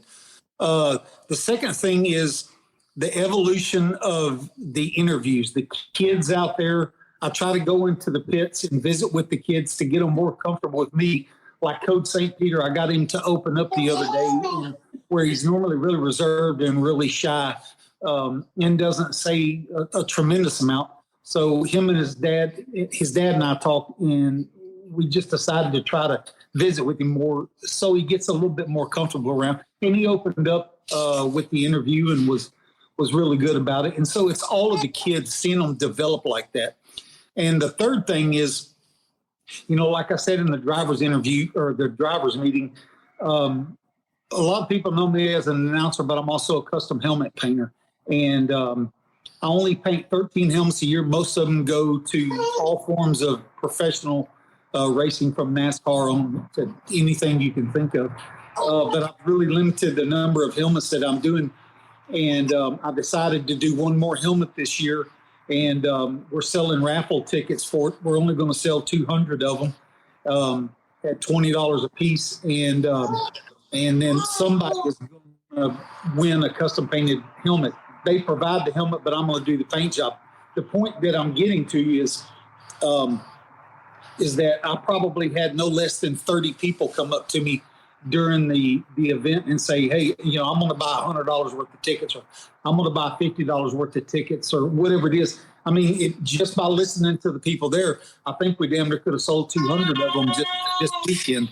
So it's those people coming up and saying, yeah, we want to get on board, because we're going to take all of that money and donate it back to the race series. And, whatever little bit it helps, it'll help, buy an Easy Up 10 or something. But it's just the graciousness of the people to say, yeah, I'm gonna spend money and buy tickets. So that was another one of my favorite parts. Here, I'm gonna give a nice little soundbite to that too, because that's awesome that everybody's doing that. It really is cool though. Like, that is the camaraderie that we always talk about in off-road racing. Like, and it's not just for the Texas Outlaw Series, but there's a lot at the Texas Outlaw Series. So we're proud to be a part of it. What about you, Blake? What's your favorite part of the weekend?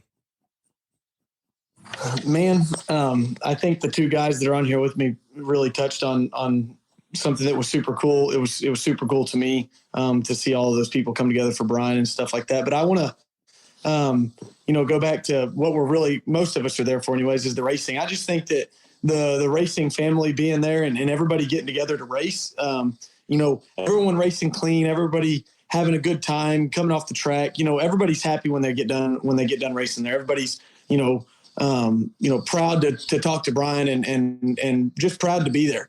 So I think that's one of the coolest things, is just seeing how many people are excited to be there.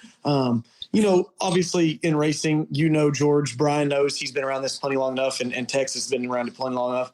It's easy to come off the track, and if something didn't go your way, to be frustrated and get into it with somebody else because they might have taken you out or whatever it was. But you don't see any of that happening.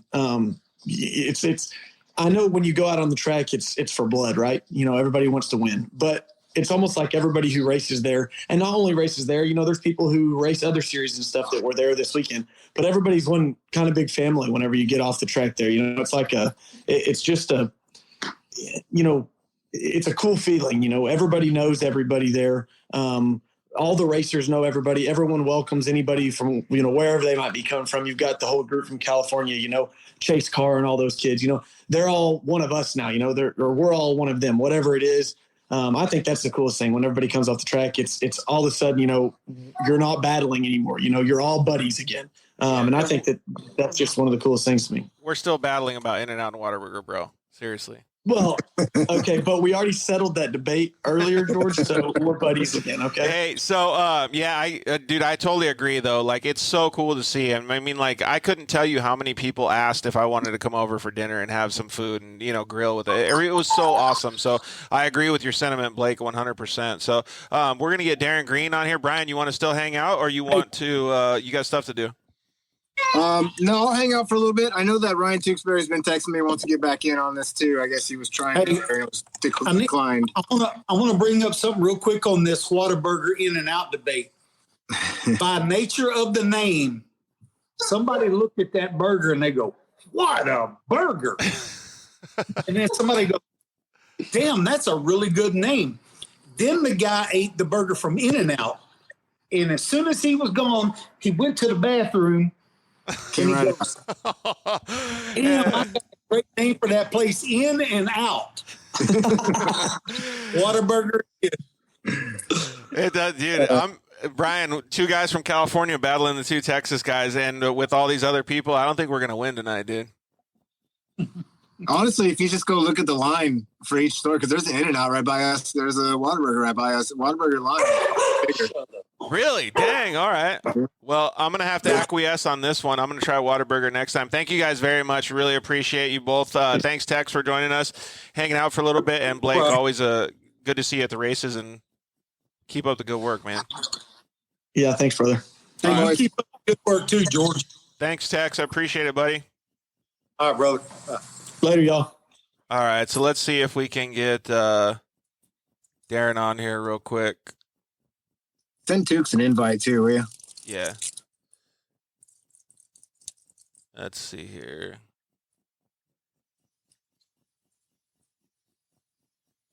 There we go. All right, we'll see if we can get both these guys on here. It's so cool to see, Brian. Every time we do these things, it's like I get they're popping on. All right, Darren, what's up, man? How are you?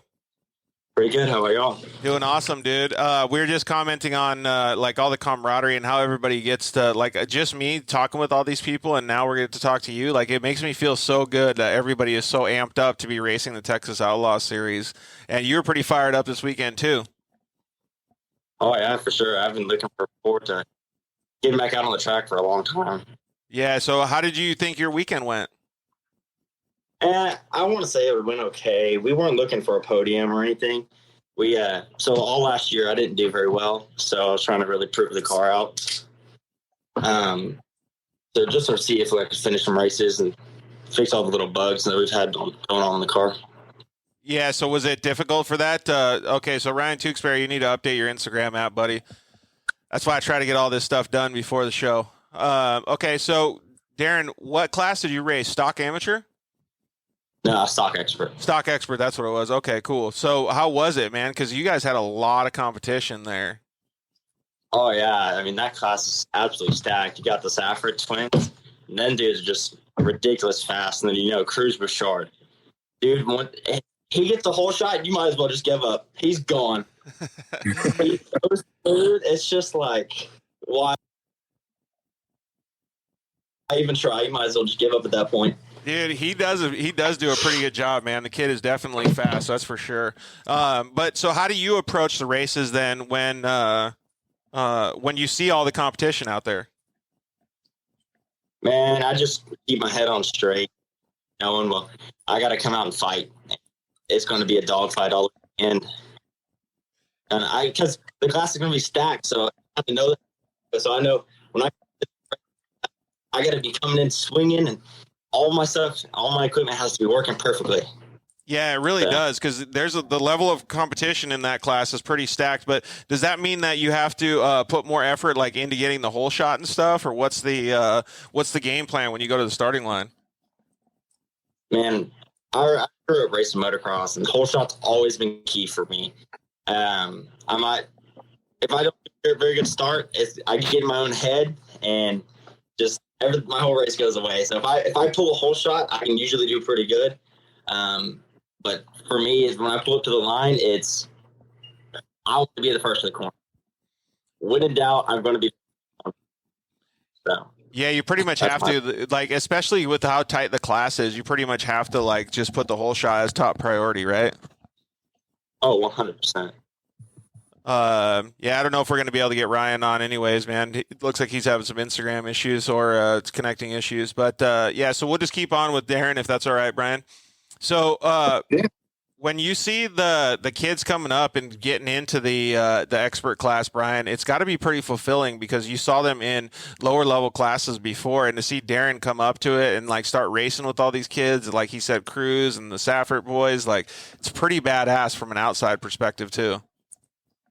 Yeah, Darren's one of the ones I'm always in communication with, even on Snapchat. There we go back and forth a lot. He's one of the ones I like coming out and watching him come out and race, and he's always been a very big supporter of the series. So I appreciate it when he comes out. But yeah, watching everybody else just doing this for a while now, especially the kids on the West Coast, just watching them grow up, and now they're racing 1000s when they were racing 170s, which seems like yesterday, but really was 4 years ago.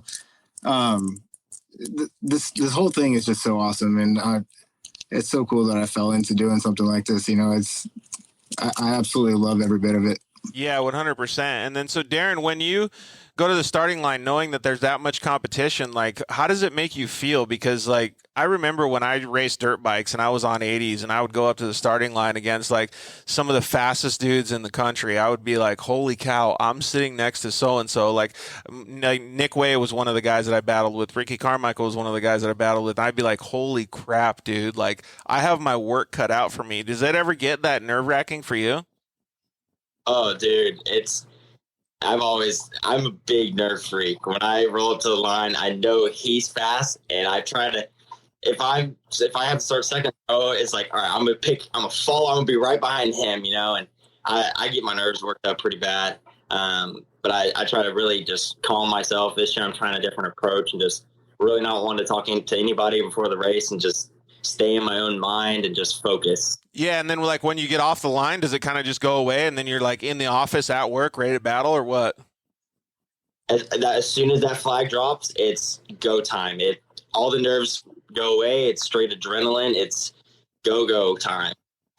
Yeah, I feel like that's a lot of the racers, don't you, Brian? Yeah, he's exactly right. So what was your favorite part of the track then? And I got to say, after the 180, the next few turns after that, because you really don't even have to lift. It's just wide open. You can throw it in there as hard as you want, and the car's just going to stick. And then because after that 180 was, it was like a left-hander, kind of a right-hander. You kind of went down a little bit, and then you came back up to the split lane where there was a double jump on the inside, and then you could rip the outside if you wanted to. What was your selection? Man, honestly, it really depended on where I was at and what. I can run the outside lane as fast as I want to, but I know that inside lane's gonna hurt me if somebody's sitting right there. Like I was in a battle with Aaron for a second there, and we came into that split lane right there, and I knew I had to hit the double, or else he was gonna hit the double and pass me, and I had to hit it, so I hit that, and it worked out in my favor. Yeah, that's cool. Yeah. That brings up a good point because if there's somebody red on your back door, then you have to guard that inside line and hit it. But like the outside could have been just a little bit faster to set you up for that next right-hander, huh? Right. But my only thing was about going the outside with somebody right there is they always have the inside advantage on you. You might be able to set that turn up, but if they go in a little harder than you do, if they get an inch, they take a mile. Yeah, dude, 100%. And especially in the expert class, like, because that means that your guys are like, because I don't know, I feel like it's really aggressive because everybody's trying to win because they want to put themselves in the best position when they start going up to the pro class. Right. So we are also talking about it with Lacey Tewksbury. Like, there was that section, it was 3 corners, that's back straightaway, basically. And after White Snake, you kind of come out and then you hit that like long back straightaway. There was that one right-hander, but it turned into a left and there was the jump in the middle. Some of the pro guys were getting like fully whipped sideways off that thing coming through there. How was it for your guys' moto? So watching the pros, like watching Hunter go through it, I mean, he basically drags his left side off the side of that little roller. Like you said, it just fishtails him out. But I try to hit most of it as straight as possible to square it off because, I'm in the Yamaha. It's abusive. It hurts when you land sideways. It's gnarly. So, I mean, I try to hit it straight on as much as I can square it up. So that way when I land, it's a smoother landing than I would sideways. Yeah, totally. I can definitely vouch for the Yamaha being aggressive on those portions of the track, right? So if you had to pick any moto of the whole weekend, what would you pick was your favorite moto, or did you do the best in? Personally, or just I would say personally, because I'm going to have a follow-up question for you, and what was the reason it was your best moto? Man, I'm going to have to say my main Saturday. So the second moto on Saturday? Yes, sir. Yeah, so why was it the best then? Did you just feel super good, or? Man, I even though I lost power steering first lap, I still pushed to the end. I battled all the way. Me and Reese had a really tight battle all the way to the checkered, trading position left and right. That was probably one of the most fun battles I've had in a long time. Yeah, but it was hard. Those are the things that I was talking about, Brian. I've mentioned it before on the live feed and just with having dinner with you. Like, I love seeing the battles, right? Like, the battles are like the best part about it. Even if you get, like, let's just say you get 10th place, but you had a battle the whole time and it was one of your buddies and it was clean. Some of those races feel like the best race you've ever had in your life. Yeah, no doubt. I mean, it's better than driving by yourself, right? Dude, 100%. That's exactly why I'm saying, like, but those battles are just, you feel like you learn so much. There's so much going on, like, in the car. Like, it's just super cool to see. And the reason I'm bringing it up is because there was literally 20 battles going on throughout the day, all the time, in every race, right? I mean, it was so intense the whole day. So the reason why I like it so much is because, like, I know these guys, most of these drivers, very well. You know what I mean? So when I see them going at it and they're battling back and forth, like, I know what each one of them are thinking. Nice. You know, like if I see Tewksbury, you know, in a battle with somebody, I know that he's just in his head, just going crazy, like trying to figure out how to pass this guy. Or, you know, just everybody's got their own little quirks. You know what I mean? Like, you've called it out on the live stream, like with Donovan, he's got an aggressive move. He likes the insides. Yeah, exactly. You know, things like that. But when you see the battles and you know what people are thinking, it makes it even better. Dude, 100%. Could you tell us some of the stuff that Darren was thinking? Actually, Darren, tell us what the most aggressive move that you made all weekend was, in your opinion. It's got to be the one on the tight 180 back on Reese. I came in and I was going for it. He made a little mistake setting it up, and I was like, oh, I'm capitalizing. So I dropped a gear and slid up underneath him, and we were wheel to wheel going into the next turn, and it was a battle to who would lift. And I wasn't willing to lift. I was willing to total the car right there. So that was when you hung that right-hander and then come around, and then you were going up the hill on that left, and you just kept it pinned the whole way around the outside. Is that what you're saying? No, right there at White Snake, the 180 at White Snake. Yeah, and then you go back up the hill, and then you have that left-hander, yeah. So you were just holding it wide open, going through that left-hander, and then the right-hander for the tabletop? All the way through there. Dang, dude, that's aggressive because that's a pretty sketchy part of the track. Like, most people at least burp the throttle through there. Oh, yeah, for sure. Dude, that's cool, though, man. So did you make the pass? Oh, 100%. Nice. That's super cool. Let me see here. So, yeah, then the track lent itself to great racing, like what you were talking about pretty much. So, was there any other areas of the track that you thought driving your Yamaha was a little bit better than some of the other competitors? I mean, right there, when you go down the start, after you come back around, you're going in towards the whoops. It's really cool and really, really fun just to throw it into that long sweeper, because you can take multiple little areas. You could go outside to inside and make a pass there, or you could just go all the way around the outside. And there's multiple options. And that's cool too, because I can see like what you're thinking in your head when, because I've driven a Yamaha before as well, and you're using the car and the transmission to do that. So that feels super cool in those vehicles. So I know exactly what you're talking about. We had a couple of people chime in saying, did he feel he was willing to total a car if he wasn't going to lift? And they said yes. That's his brother that said that. Oh, was it? His brother said he's gonna. What did I just hear? So I forgot what I read, but yeah, he said he's gonna do what? Dude, get aggressive. All right, so what's some of the goals that you have for the next race, dude? Man, I had a power steering problem. I raced the whole main race without power steering. So definitely the next goal is to figure out that issue that we have going on. I can already tell you what the issue is. You have low voltage. Yes. So you got to put a new battery in there, and then if the power steering unit got damaged, you got to replace it. So any questions you have with the YXZ, dude, they're all right here. I can promise you that I have an answer.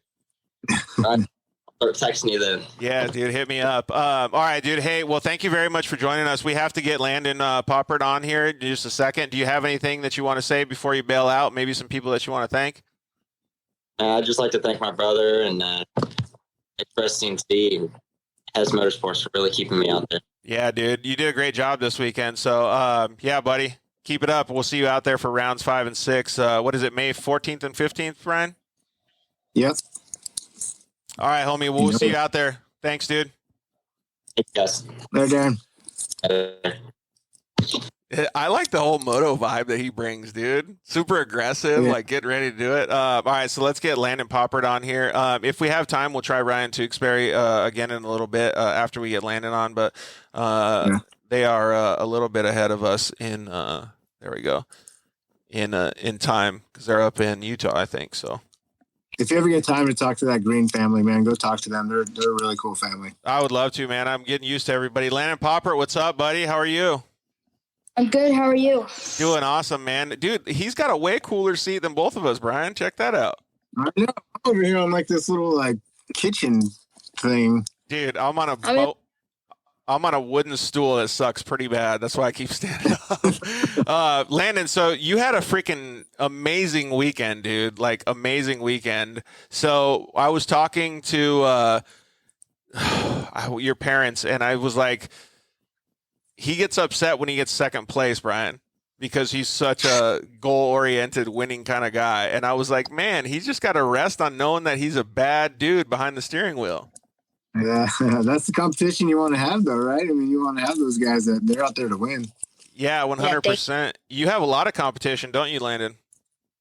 Yeah, for sure. Who are some of your fiercest competitors? Definitely Caden Isabella. Yeah, just definitely Caden and Cohen and Tyler in the U1000 class.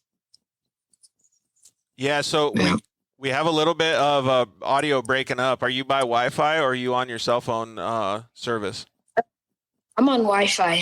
Okay. Well, we'll see. We'll give it another shot and see if it holds out, but we might have to switch you off of Wi-Fi and turn off your Wi-Fi. Okay, bud? But yeah, you said Caden Isabella. One thing I wanted to bring up was that Caden messaged me and he said that he wasn't going to be able to come on the show because he needed to get his grades up. And as bad as that might sound, I thought it was a fantastic thing to bring up because he's putting his grades and his schoolwork first before he puts racing. So I think all youth racers should be able to understand that because that was a fantastic, responsible thing for him to do. So I'm proud of him for saying that back to us. So thanks, Caden, for letting me know and being honest with us on the show. So excuse me, Landon, what's your favorite car to drive? Because you drive a couple of them out there. You have, I think it's a 570 and a 1000. Yeah. My favorite car is definitely the RS1 because it's just like crazy fast and I just really like driving it. Yeah, those cars are so fun, dude. But Brian, like seeing how fast he can go in both those cars is pretty impressive, huh? Yeah, it's super cool to watch. And you guys were pretty close. Your races were pretty close together too, I think. So I think he hops out of one car and gets into another one, right?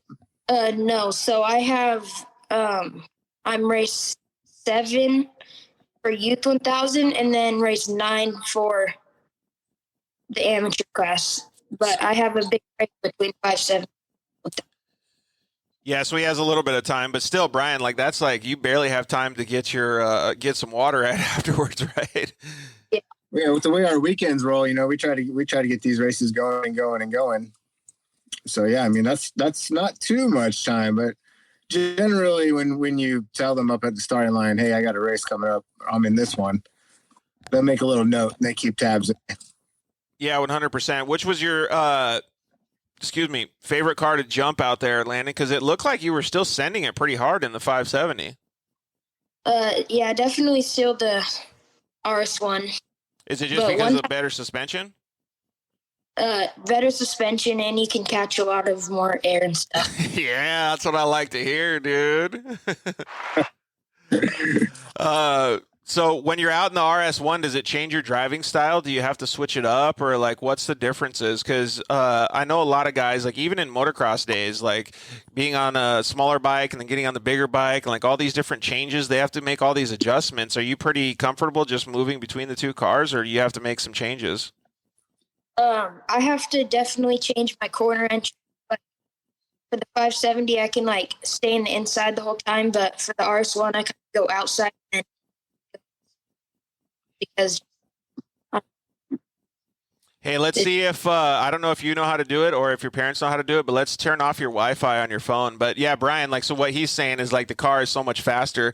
You got to set up for the turns a little bit different. Like to me, that's a pretty mature or professional way to do it, right? Because the driver themselves has to be able to know those changes and be able to make those changes on the fly before that next race. Yeah, because your timing's completely different when you're in a faster car. I mean, you gotta be able to adjust a lot faster. Yeah, exactly. So Landon, I don't know if you heard what we were talking about, but that's pretty cool that you can adjust so quickly between the two cars. I did not catch what you were saying. I think that the internet's worse without Wi-Fi, so I'm gonna connect back onto it. It sounds like it's doing pretty good to me, but all right, we'll get you on however you want, man. He keeps bogging out. That's why I love these Instagram lives, dude. You never know what you're gonna get. Landon, we were talking about like being able to make switches and make changes really quickly depending on what car you're in. Like you said, going around the outside and approaching corners differently. You might not even understand it since you're so young, but those are really, really good traits to have to be able to adjust so quickly when you're changing vehicles. Yeah, thank you. It's for sure pretty hard sometimes, but does it like the biggest change? Is it in the first couple laps? Is it in the first turns, or like what's the biggest difference? Like you get out of your 570, you get in your 1000 RS1, and you go like through the first couple corners. Do you just like already know like your braking and entry points and stuff, or is it a little bit difficult to get used to it? It kind of depends on what the track is like. Like sometimes it'll be like a little more slippery, so it's harder. That actually brings me to another good point, Brian, about like setup and stuff. So most of the guys out there this whole weekend were setting up one vehicle. Well, now Landon has to set up two. So Landon, are you making changes to both cars for the track conditions, or are you just adjusting one and then kind of seeing how the other one is? We usually adjust both, just like tire pressure and stuff. That's pretty cool that you're learning all that stuff. How old are you again? I'm 12. Yeah, dude, Brian, like the maturity that these young drivers. Landon, let me ask you this. Did you notice the track differences throughout the weekend? Yeah, for sure. It was like the best that it's like ever been, I felt like, on the first day. But by the second day, you could definitely like feel some potholes and stuff. Oh yeah, that's gonna happen. So what adjustments do you guys make in between?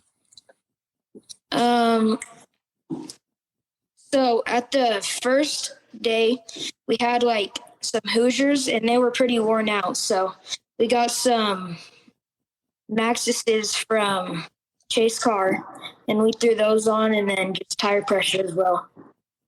That's cool. Did you like them a lot better? Did it help? Yeah, for sure. Way more traction. I really like the Maxxis's.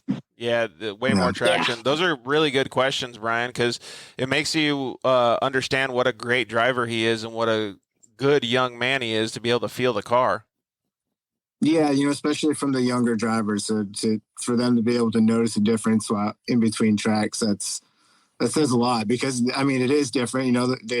It's going to be muddy, it's going to be slick, it's going to be dry. So many different things that can be out there, and it changes throughout the day. So, I'm sure some of these kids that are new to racing, they just go out there and race. They don't really know it yet.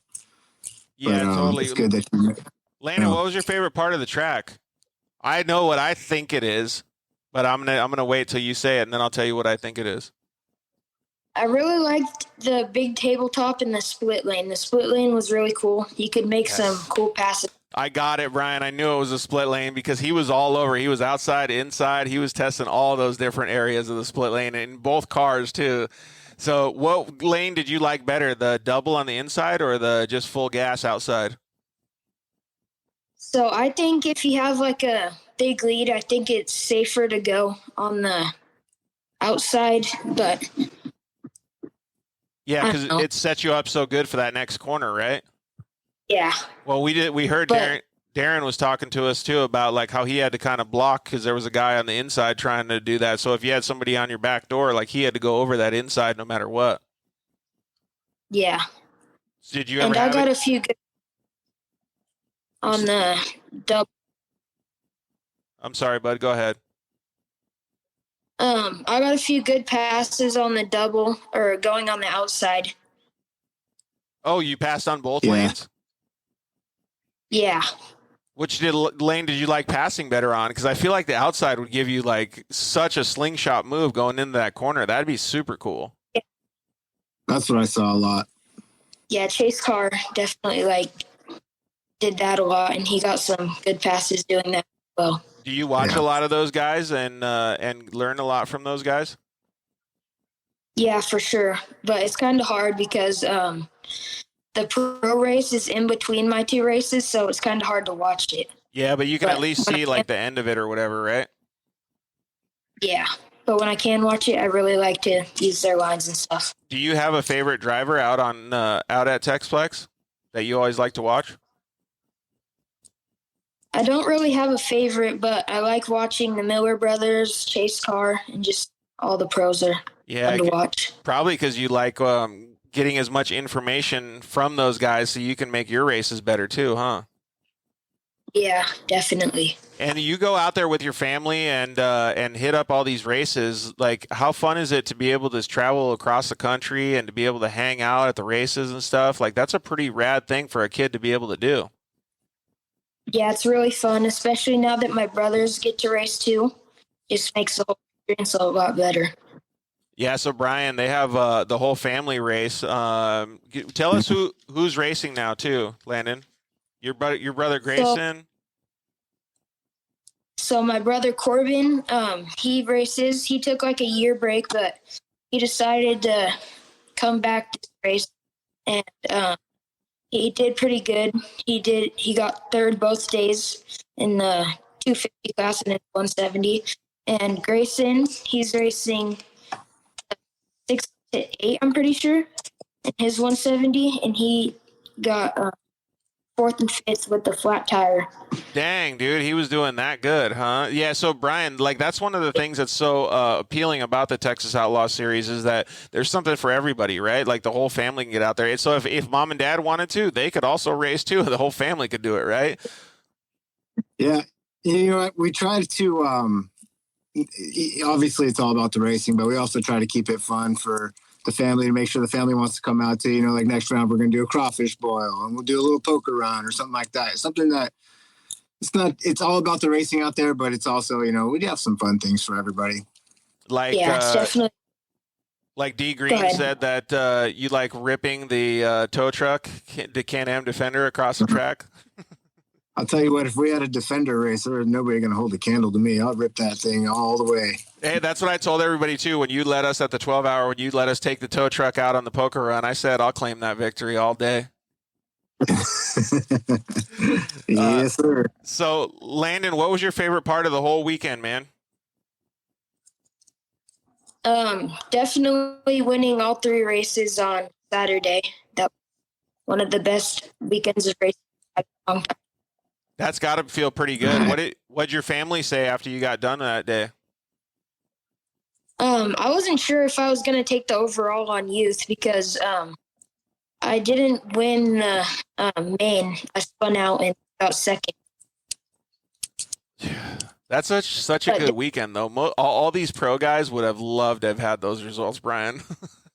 I know, right? What did your family say after you got done with the weekend? They were pretty proud.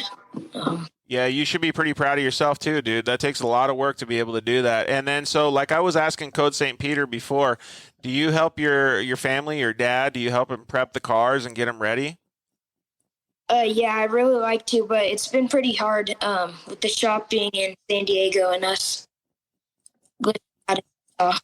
Yeah, because you have to go to school and do all that stuff too, right? Yeah. That's cool that you can juggle all that stuff, though, man, and travel to the races and do all that. One thing that I got to say is you got a really good family behind you to be able to put in that much effort so you and your brothers can go racing. Super cool to see, and I'm proud of you for doing so well. We're going to have to talk with your brothers one of these days, too. Yeah, my brother Grayson, he really wants to go on one time. Is he around near you right now or no? No, he's not. Oh, okay. Well, tell him that one of these days we can get him on the show, too. Okay. My mom just said that she could go get him, maybe. All right. She can go get him if she wants to, but we're going to let you go in just a second here. So let's see here. Frank Thing said Landon drove smart and fast. It was so cool to watch. Yeah, you really did. Like, Brian, the maturity of these young racers is just insane. Yeah, it's all about the parents. The parents take the time and teach them, and they go out there and they watch. It's real studious of the sport, and it shows. I wish that us adults, we could have that much capability to soak in that much information. I tell you what. Oh, look who's here. Is that your brother Grayson right there? Did he just say hi to us? Hi. What's Yeah, up, he's dude? right How are here. you? Here he is. So, hey, good job this weekend, Grayson. You did really good this weekend, buddy. Thank you. What was your favorite part of the weekend? Probably getting fifth with the flat tire.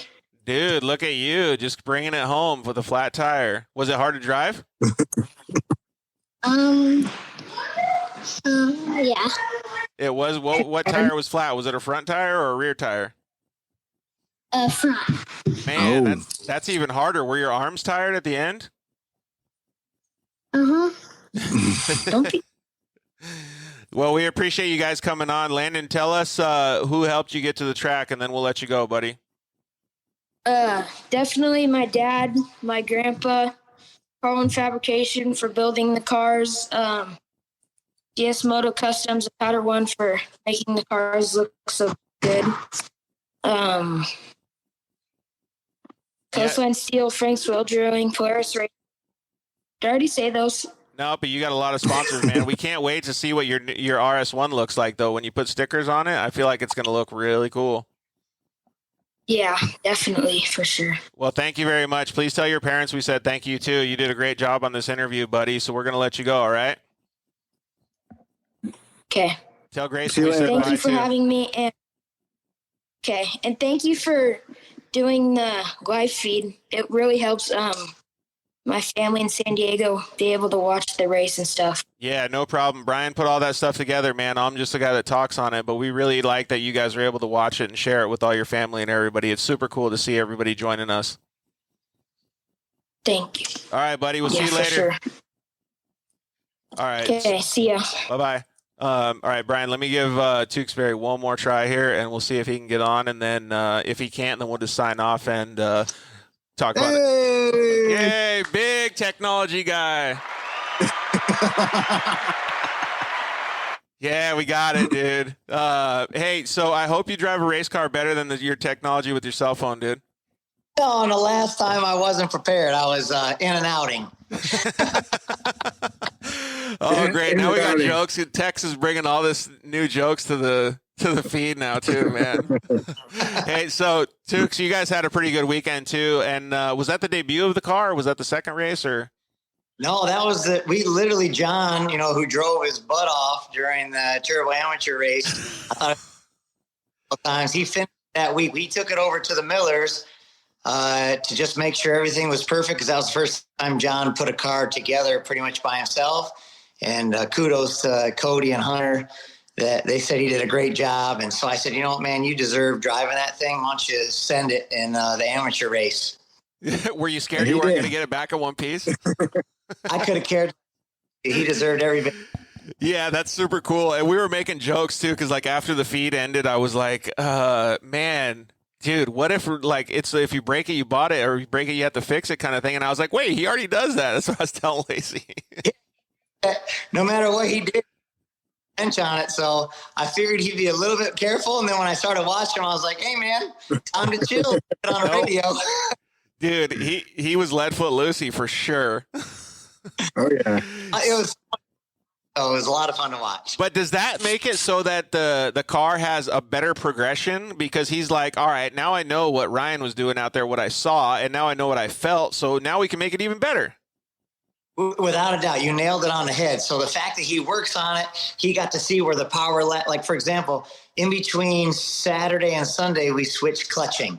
So he was able to physically feel what I was talking about when we switched a different clutch to where we had a different start pattern. So I think it's a great idea, to be honest with you. Now, Hunter Miller told me I was absolutely nuts to let somebody, but I don't disagree with him, but man, I'm in a different atmosphere than him. I don't do this for a living like he does. So I thought it was awesome. Yeah, so what do you got to lose at this point, right? Because I'm kind of on Hunter's team a little bit. I was like, whoa, that's a risky move. And then, like, I started thinking about it, and now you have nothing to lose. Now you can just get better. Yeah, so, I mean, this year I was lucky I teamed up with, Kyle Chaney to be able to run Champ, and we're running a little bit of the Oklahoma track with a car that Kyle built. So this car was actually built for my buddy Ian Lane, who owns Boostain and Driven Racing Oil. So it's really was built for him to drive and then for me to drive when I couldn't drive Kyle's CT car. So I wanted all the information we could possibly get on it. So I was glad John was able to run the heck out of it. What did you think, Brian? Were you kind of on Hunter and I's team, or were you just like, nah, let him run?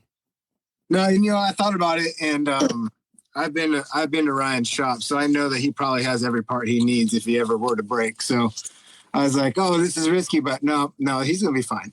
No, we literally have enough parts on the shop to build 3 full cars. Yeah, exactly. He's got enough in the shop, so he was good. And Ryan's not stupid. He knows that. So hey, look at the People's Champ Kyle Chaney just joined us too. Oh, better late than never. The bounty hunter. The bounty hunter. Yeah, he did pull that thing. Bounty hunter. He did pull that off pretty good. All right, Ryan, let's talk a little bit about your race, though, man, because like I guess it was the maiden voyage of the car. You guys did really well, though, man. You came out swinging. Well, yeah, this was only my second pro race ever. The first one was in that car I just talked about that Kyle built in Oklahoma weeks earlier. So we had some suspension or some shock issues. Not that the shocks were bad, but just they weren't dialed right. So we really wanted to give it, everything we could. And George did an incredible job and everything. And the track that Brian brought to the table was perfect for doing just that. So it worked out phenomenally, But again, my second pro race ever against some of the best guys in the whole freaking country. I'm not going to lie, I was pretty nervous at the starting line. So once the starting gate drops and then you're like good to go, you're just out there battling, or what's the vibe after that?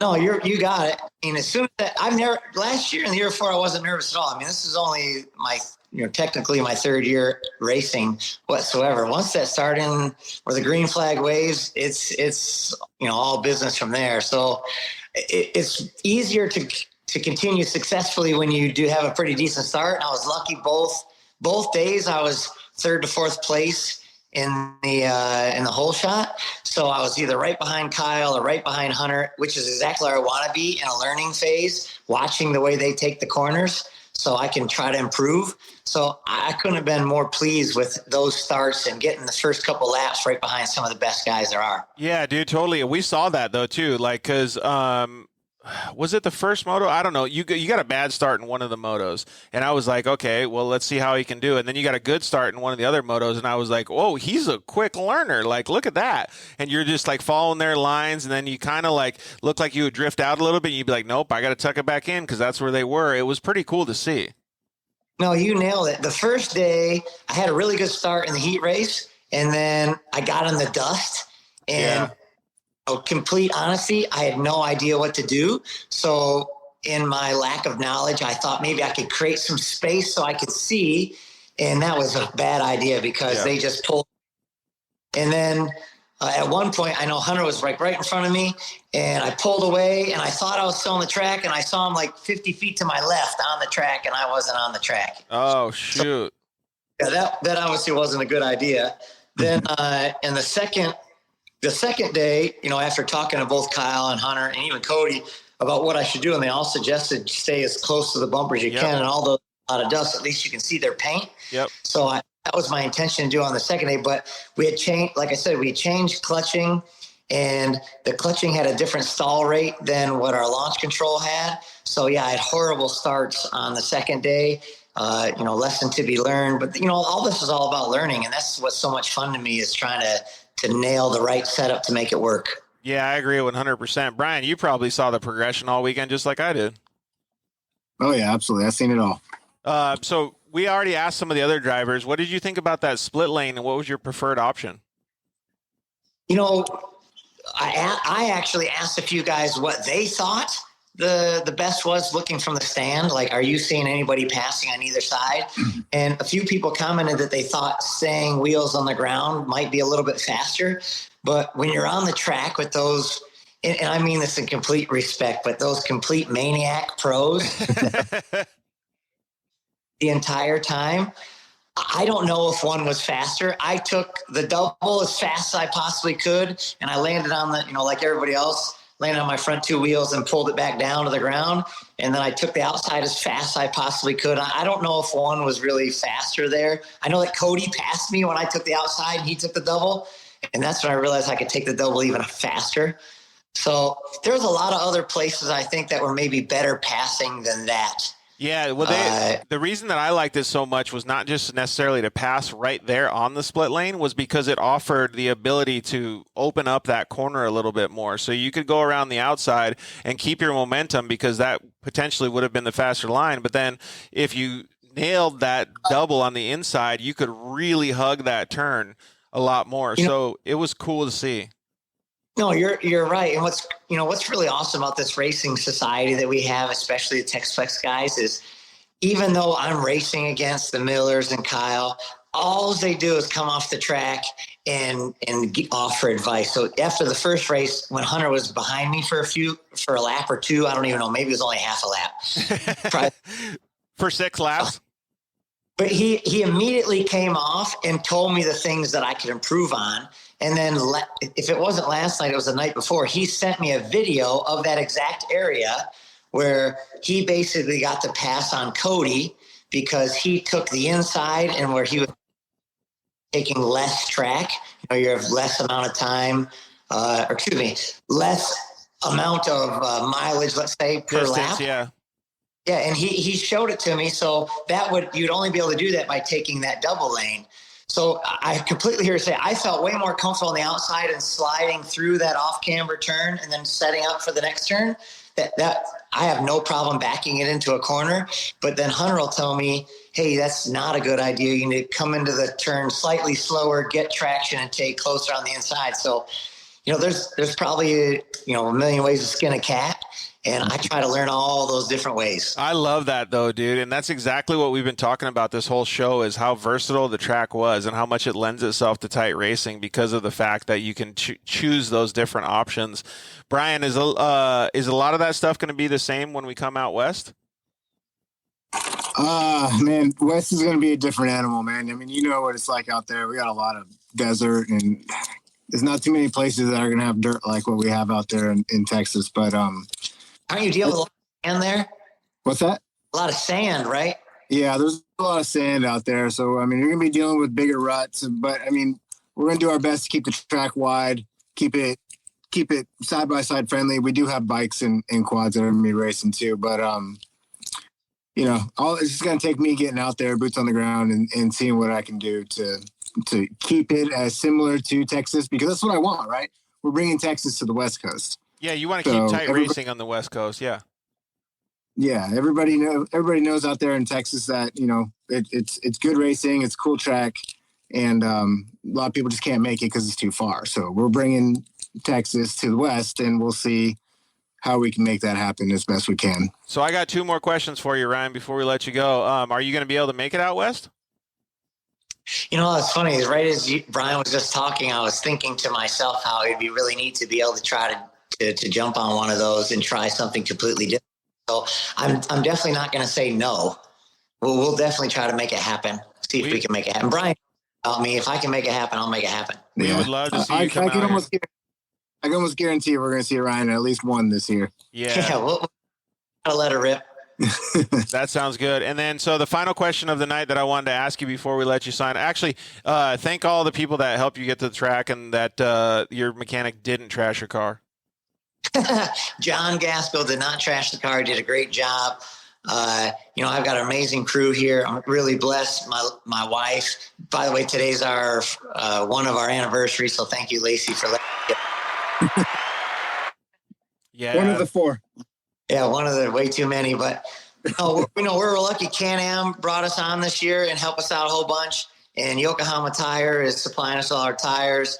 those are the two real big ones. But we got all sorts of people that have helped us out. I mean, the list is really long like everybody else, but the biggest thing comes down to the people that run the tracks and make it even possible, because it wasn't for Brian in this particular instance with Texplex, and even more track venues to come for Brian, none of us would be able to spout out sponsor names. Yeah, 100%. And I agree with that wholeheartedly. And some of the even Texas racing is not going to be held at Texplex. I think we're going to some other tracks too, right, Brian?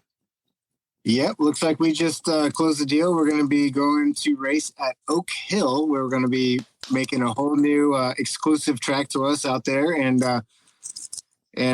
we'll see what the future holds with that. I think that is going to be pretty awesome, and it's a great facility as well. Facility top notch. I mean, one of the biggest pet peeves all of us racers have about Texplex, the track is incredible, but there's not really a lot of places to get your water and your power and all that. And Oak Hill, I think, has over 200 spots to be able to do all that. So I'm pumped about that alone. I thought you were going to say the wind. Oak Hill's up on a big hill, so I have a feeling that the wind won't be any less. Yeah. We'll have to see. I've never been to Oak Hill, so yeah, everybody's stoked on that announcement, Brian. So thanks for letting everybody know. And then, so the final question of the night I was going to ask is, because this means a lot to me. Talking with your wife a little bit earlier, Ryan, how proud of you?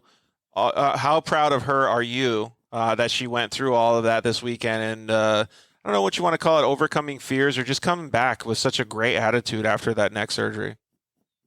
No, there is no doubt about it. Not very many people can hold a candle to what Lacey's endured with her neck, and just in general, having to deal with my dumb ass every single day of the week is amazing to me. Because we not only are married, but we work together all day long. So, she's amazing. She has to do that, number one. But number two, so luckily, 2 years ago when I first started racing, I had neck surgery like 5 weeks before my first race. So, and I did a big front flip on my very first race. But had no issues. So the nice part is, hey, Lacey, remember what I went through? I had no problems. I had the worst wreck you could probably have and kept going. And I didn't even have a neck harness at the time because I didn't know they existed. So, she got to see that, but it's still hard, as you could imagine. And right? As you know yourself, it's hard to overcome that fear. Going to the race we went to a few weeks ago, I think her watching it on that live stream, she got the bug, which I was hoping. So, totally committed to Brian's series, and I'm excited about that because it's 45 minutes away. And we'll see what we can do about John, as long as he doesn't tear the car up too bad. So we're pumped about it, and I couldn't be more proud of my wife for throwing it out there. Dude, it's so cool to see, Brian, that the whole crew is going in, both feet, just guns blazing, right? Yeah, and these guys are a couple of my favorite people that are going out there, so I'm so stoked that they're going to be coming back out all the time. And Ryan's another one of those guys that just always is calling me and asking me, hey, what can I do to help? And I can't put into words how much I appreciate that. So Brian, we're here. And if we didn't race, we'd still be there every time. I know you would. Awesome. Well, thank you guys very much. I appreciate you, Ryan. I appreciate you, Brian, for coming on and hanging out with us. It was super cool to be out there all weekend. Vibes were super high, so I can't wait till rounds 5 and 6, man. May 14th and 15th. Just like the last guy said, that live stream is amazing to learn from. So keep up that good work with all that good camera footage. It really showed me a lot on how I could start and take my turns. So if it's helping me, I know it's helping the younger guys just as much, if not more. So great job to both of you for presenting that for everybody. Yeah, we have some really big things coming too with that. Yeah, should be super cool. Even more helpful. The growth and the production crew and everybody that's doing it is pretty awesome to see. So good job to everybody. All right, Brian, we're going to sign off. So I'll say bye to both of you guys. We'll see you guys at the next round, May 14th to 15th for round 5 and 6. All right, guys. We'll see you later. Bye-bye, guys. Bye.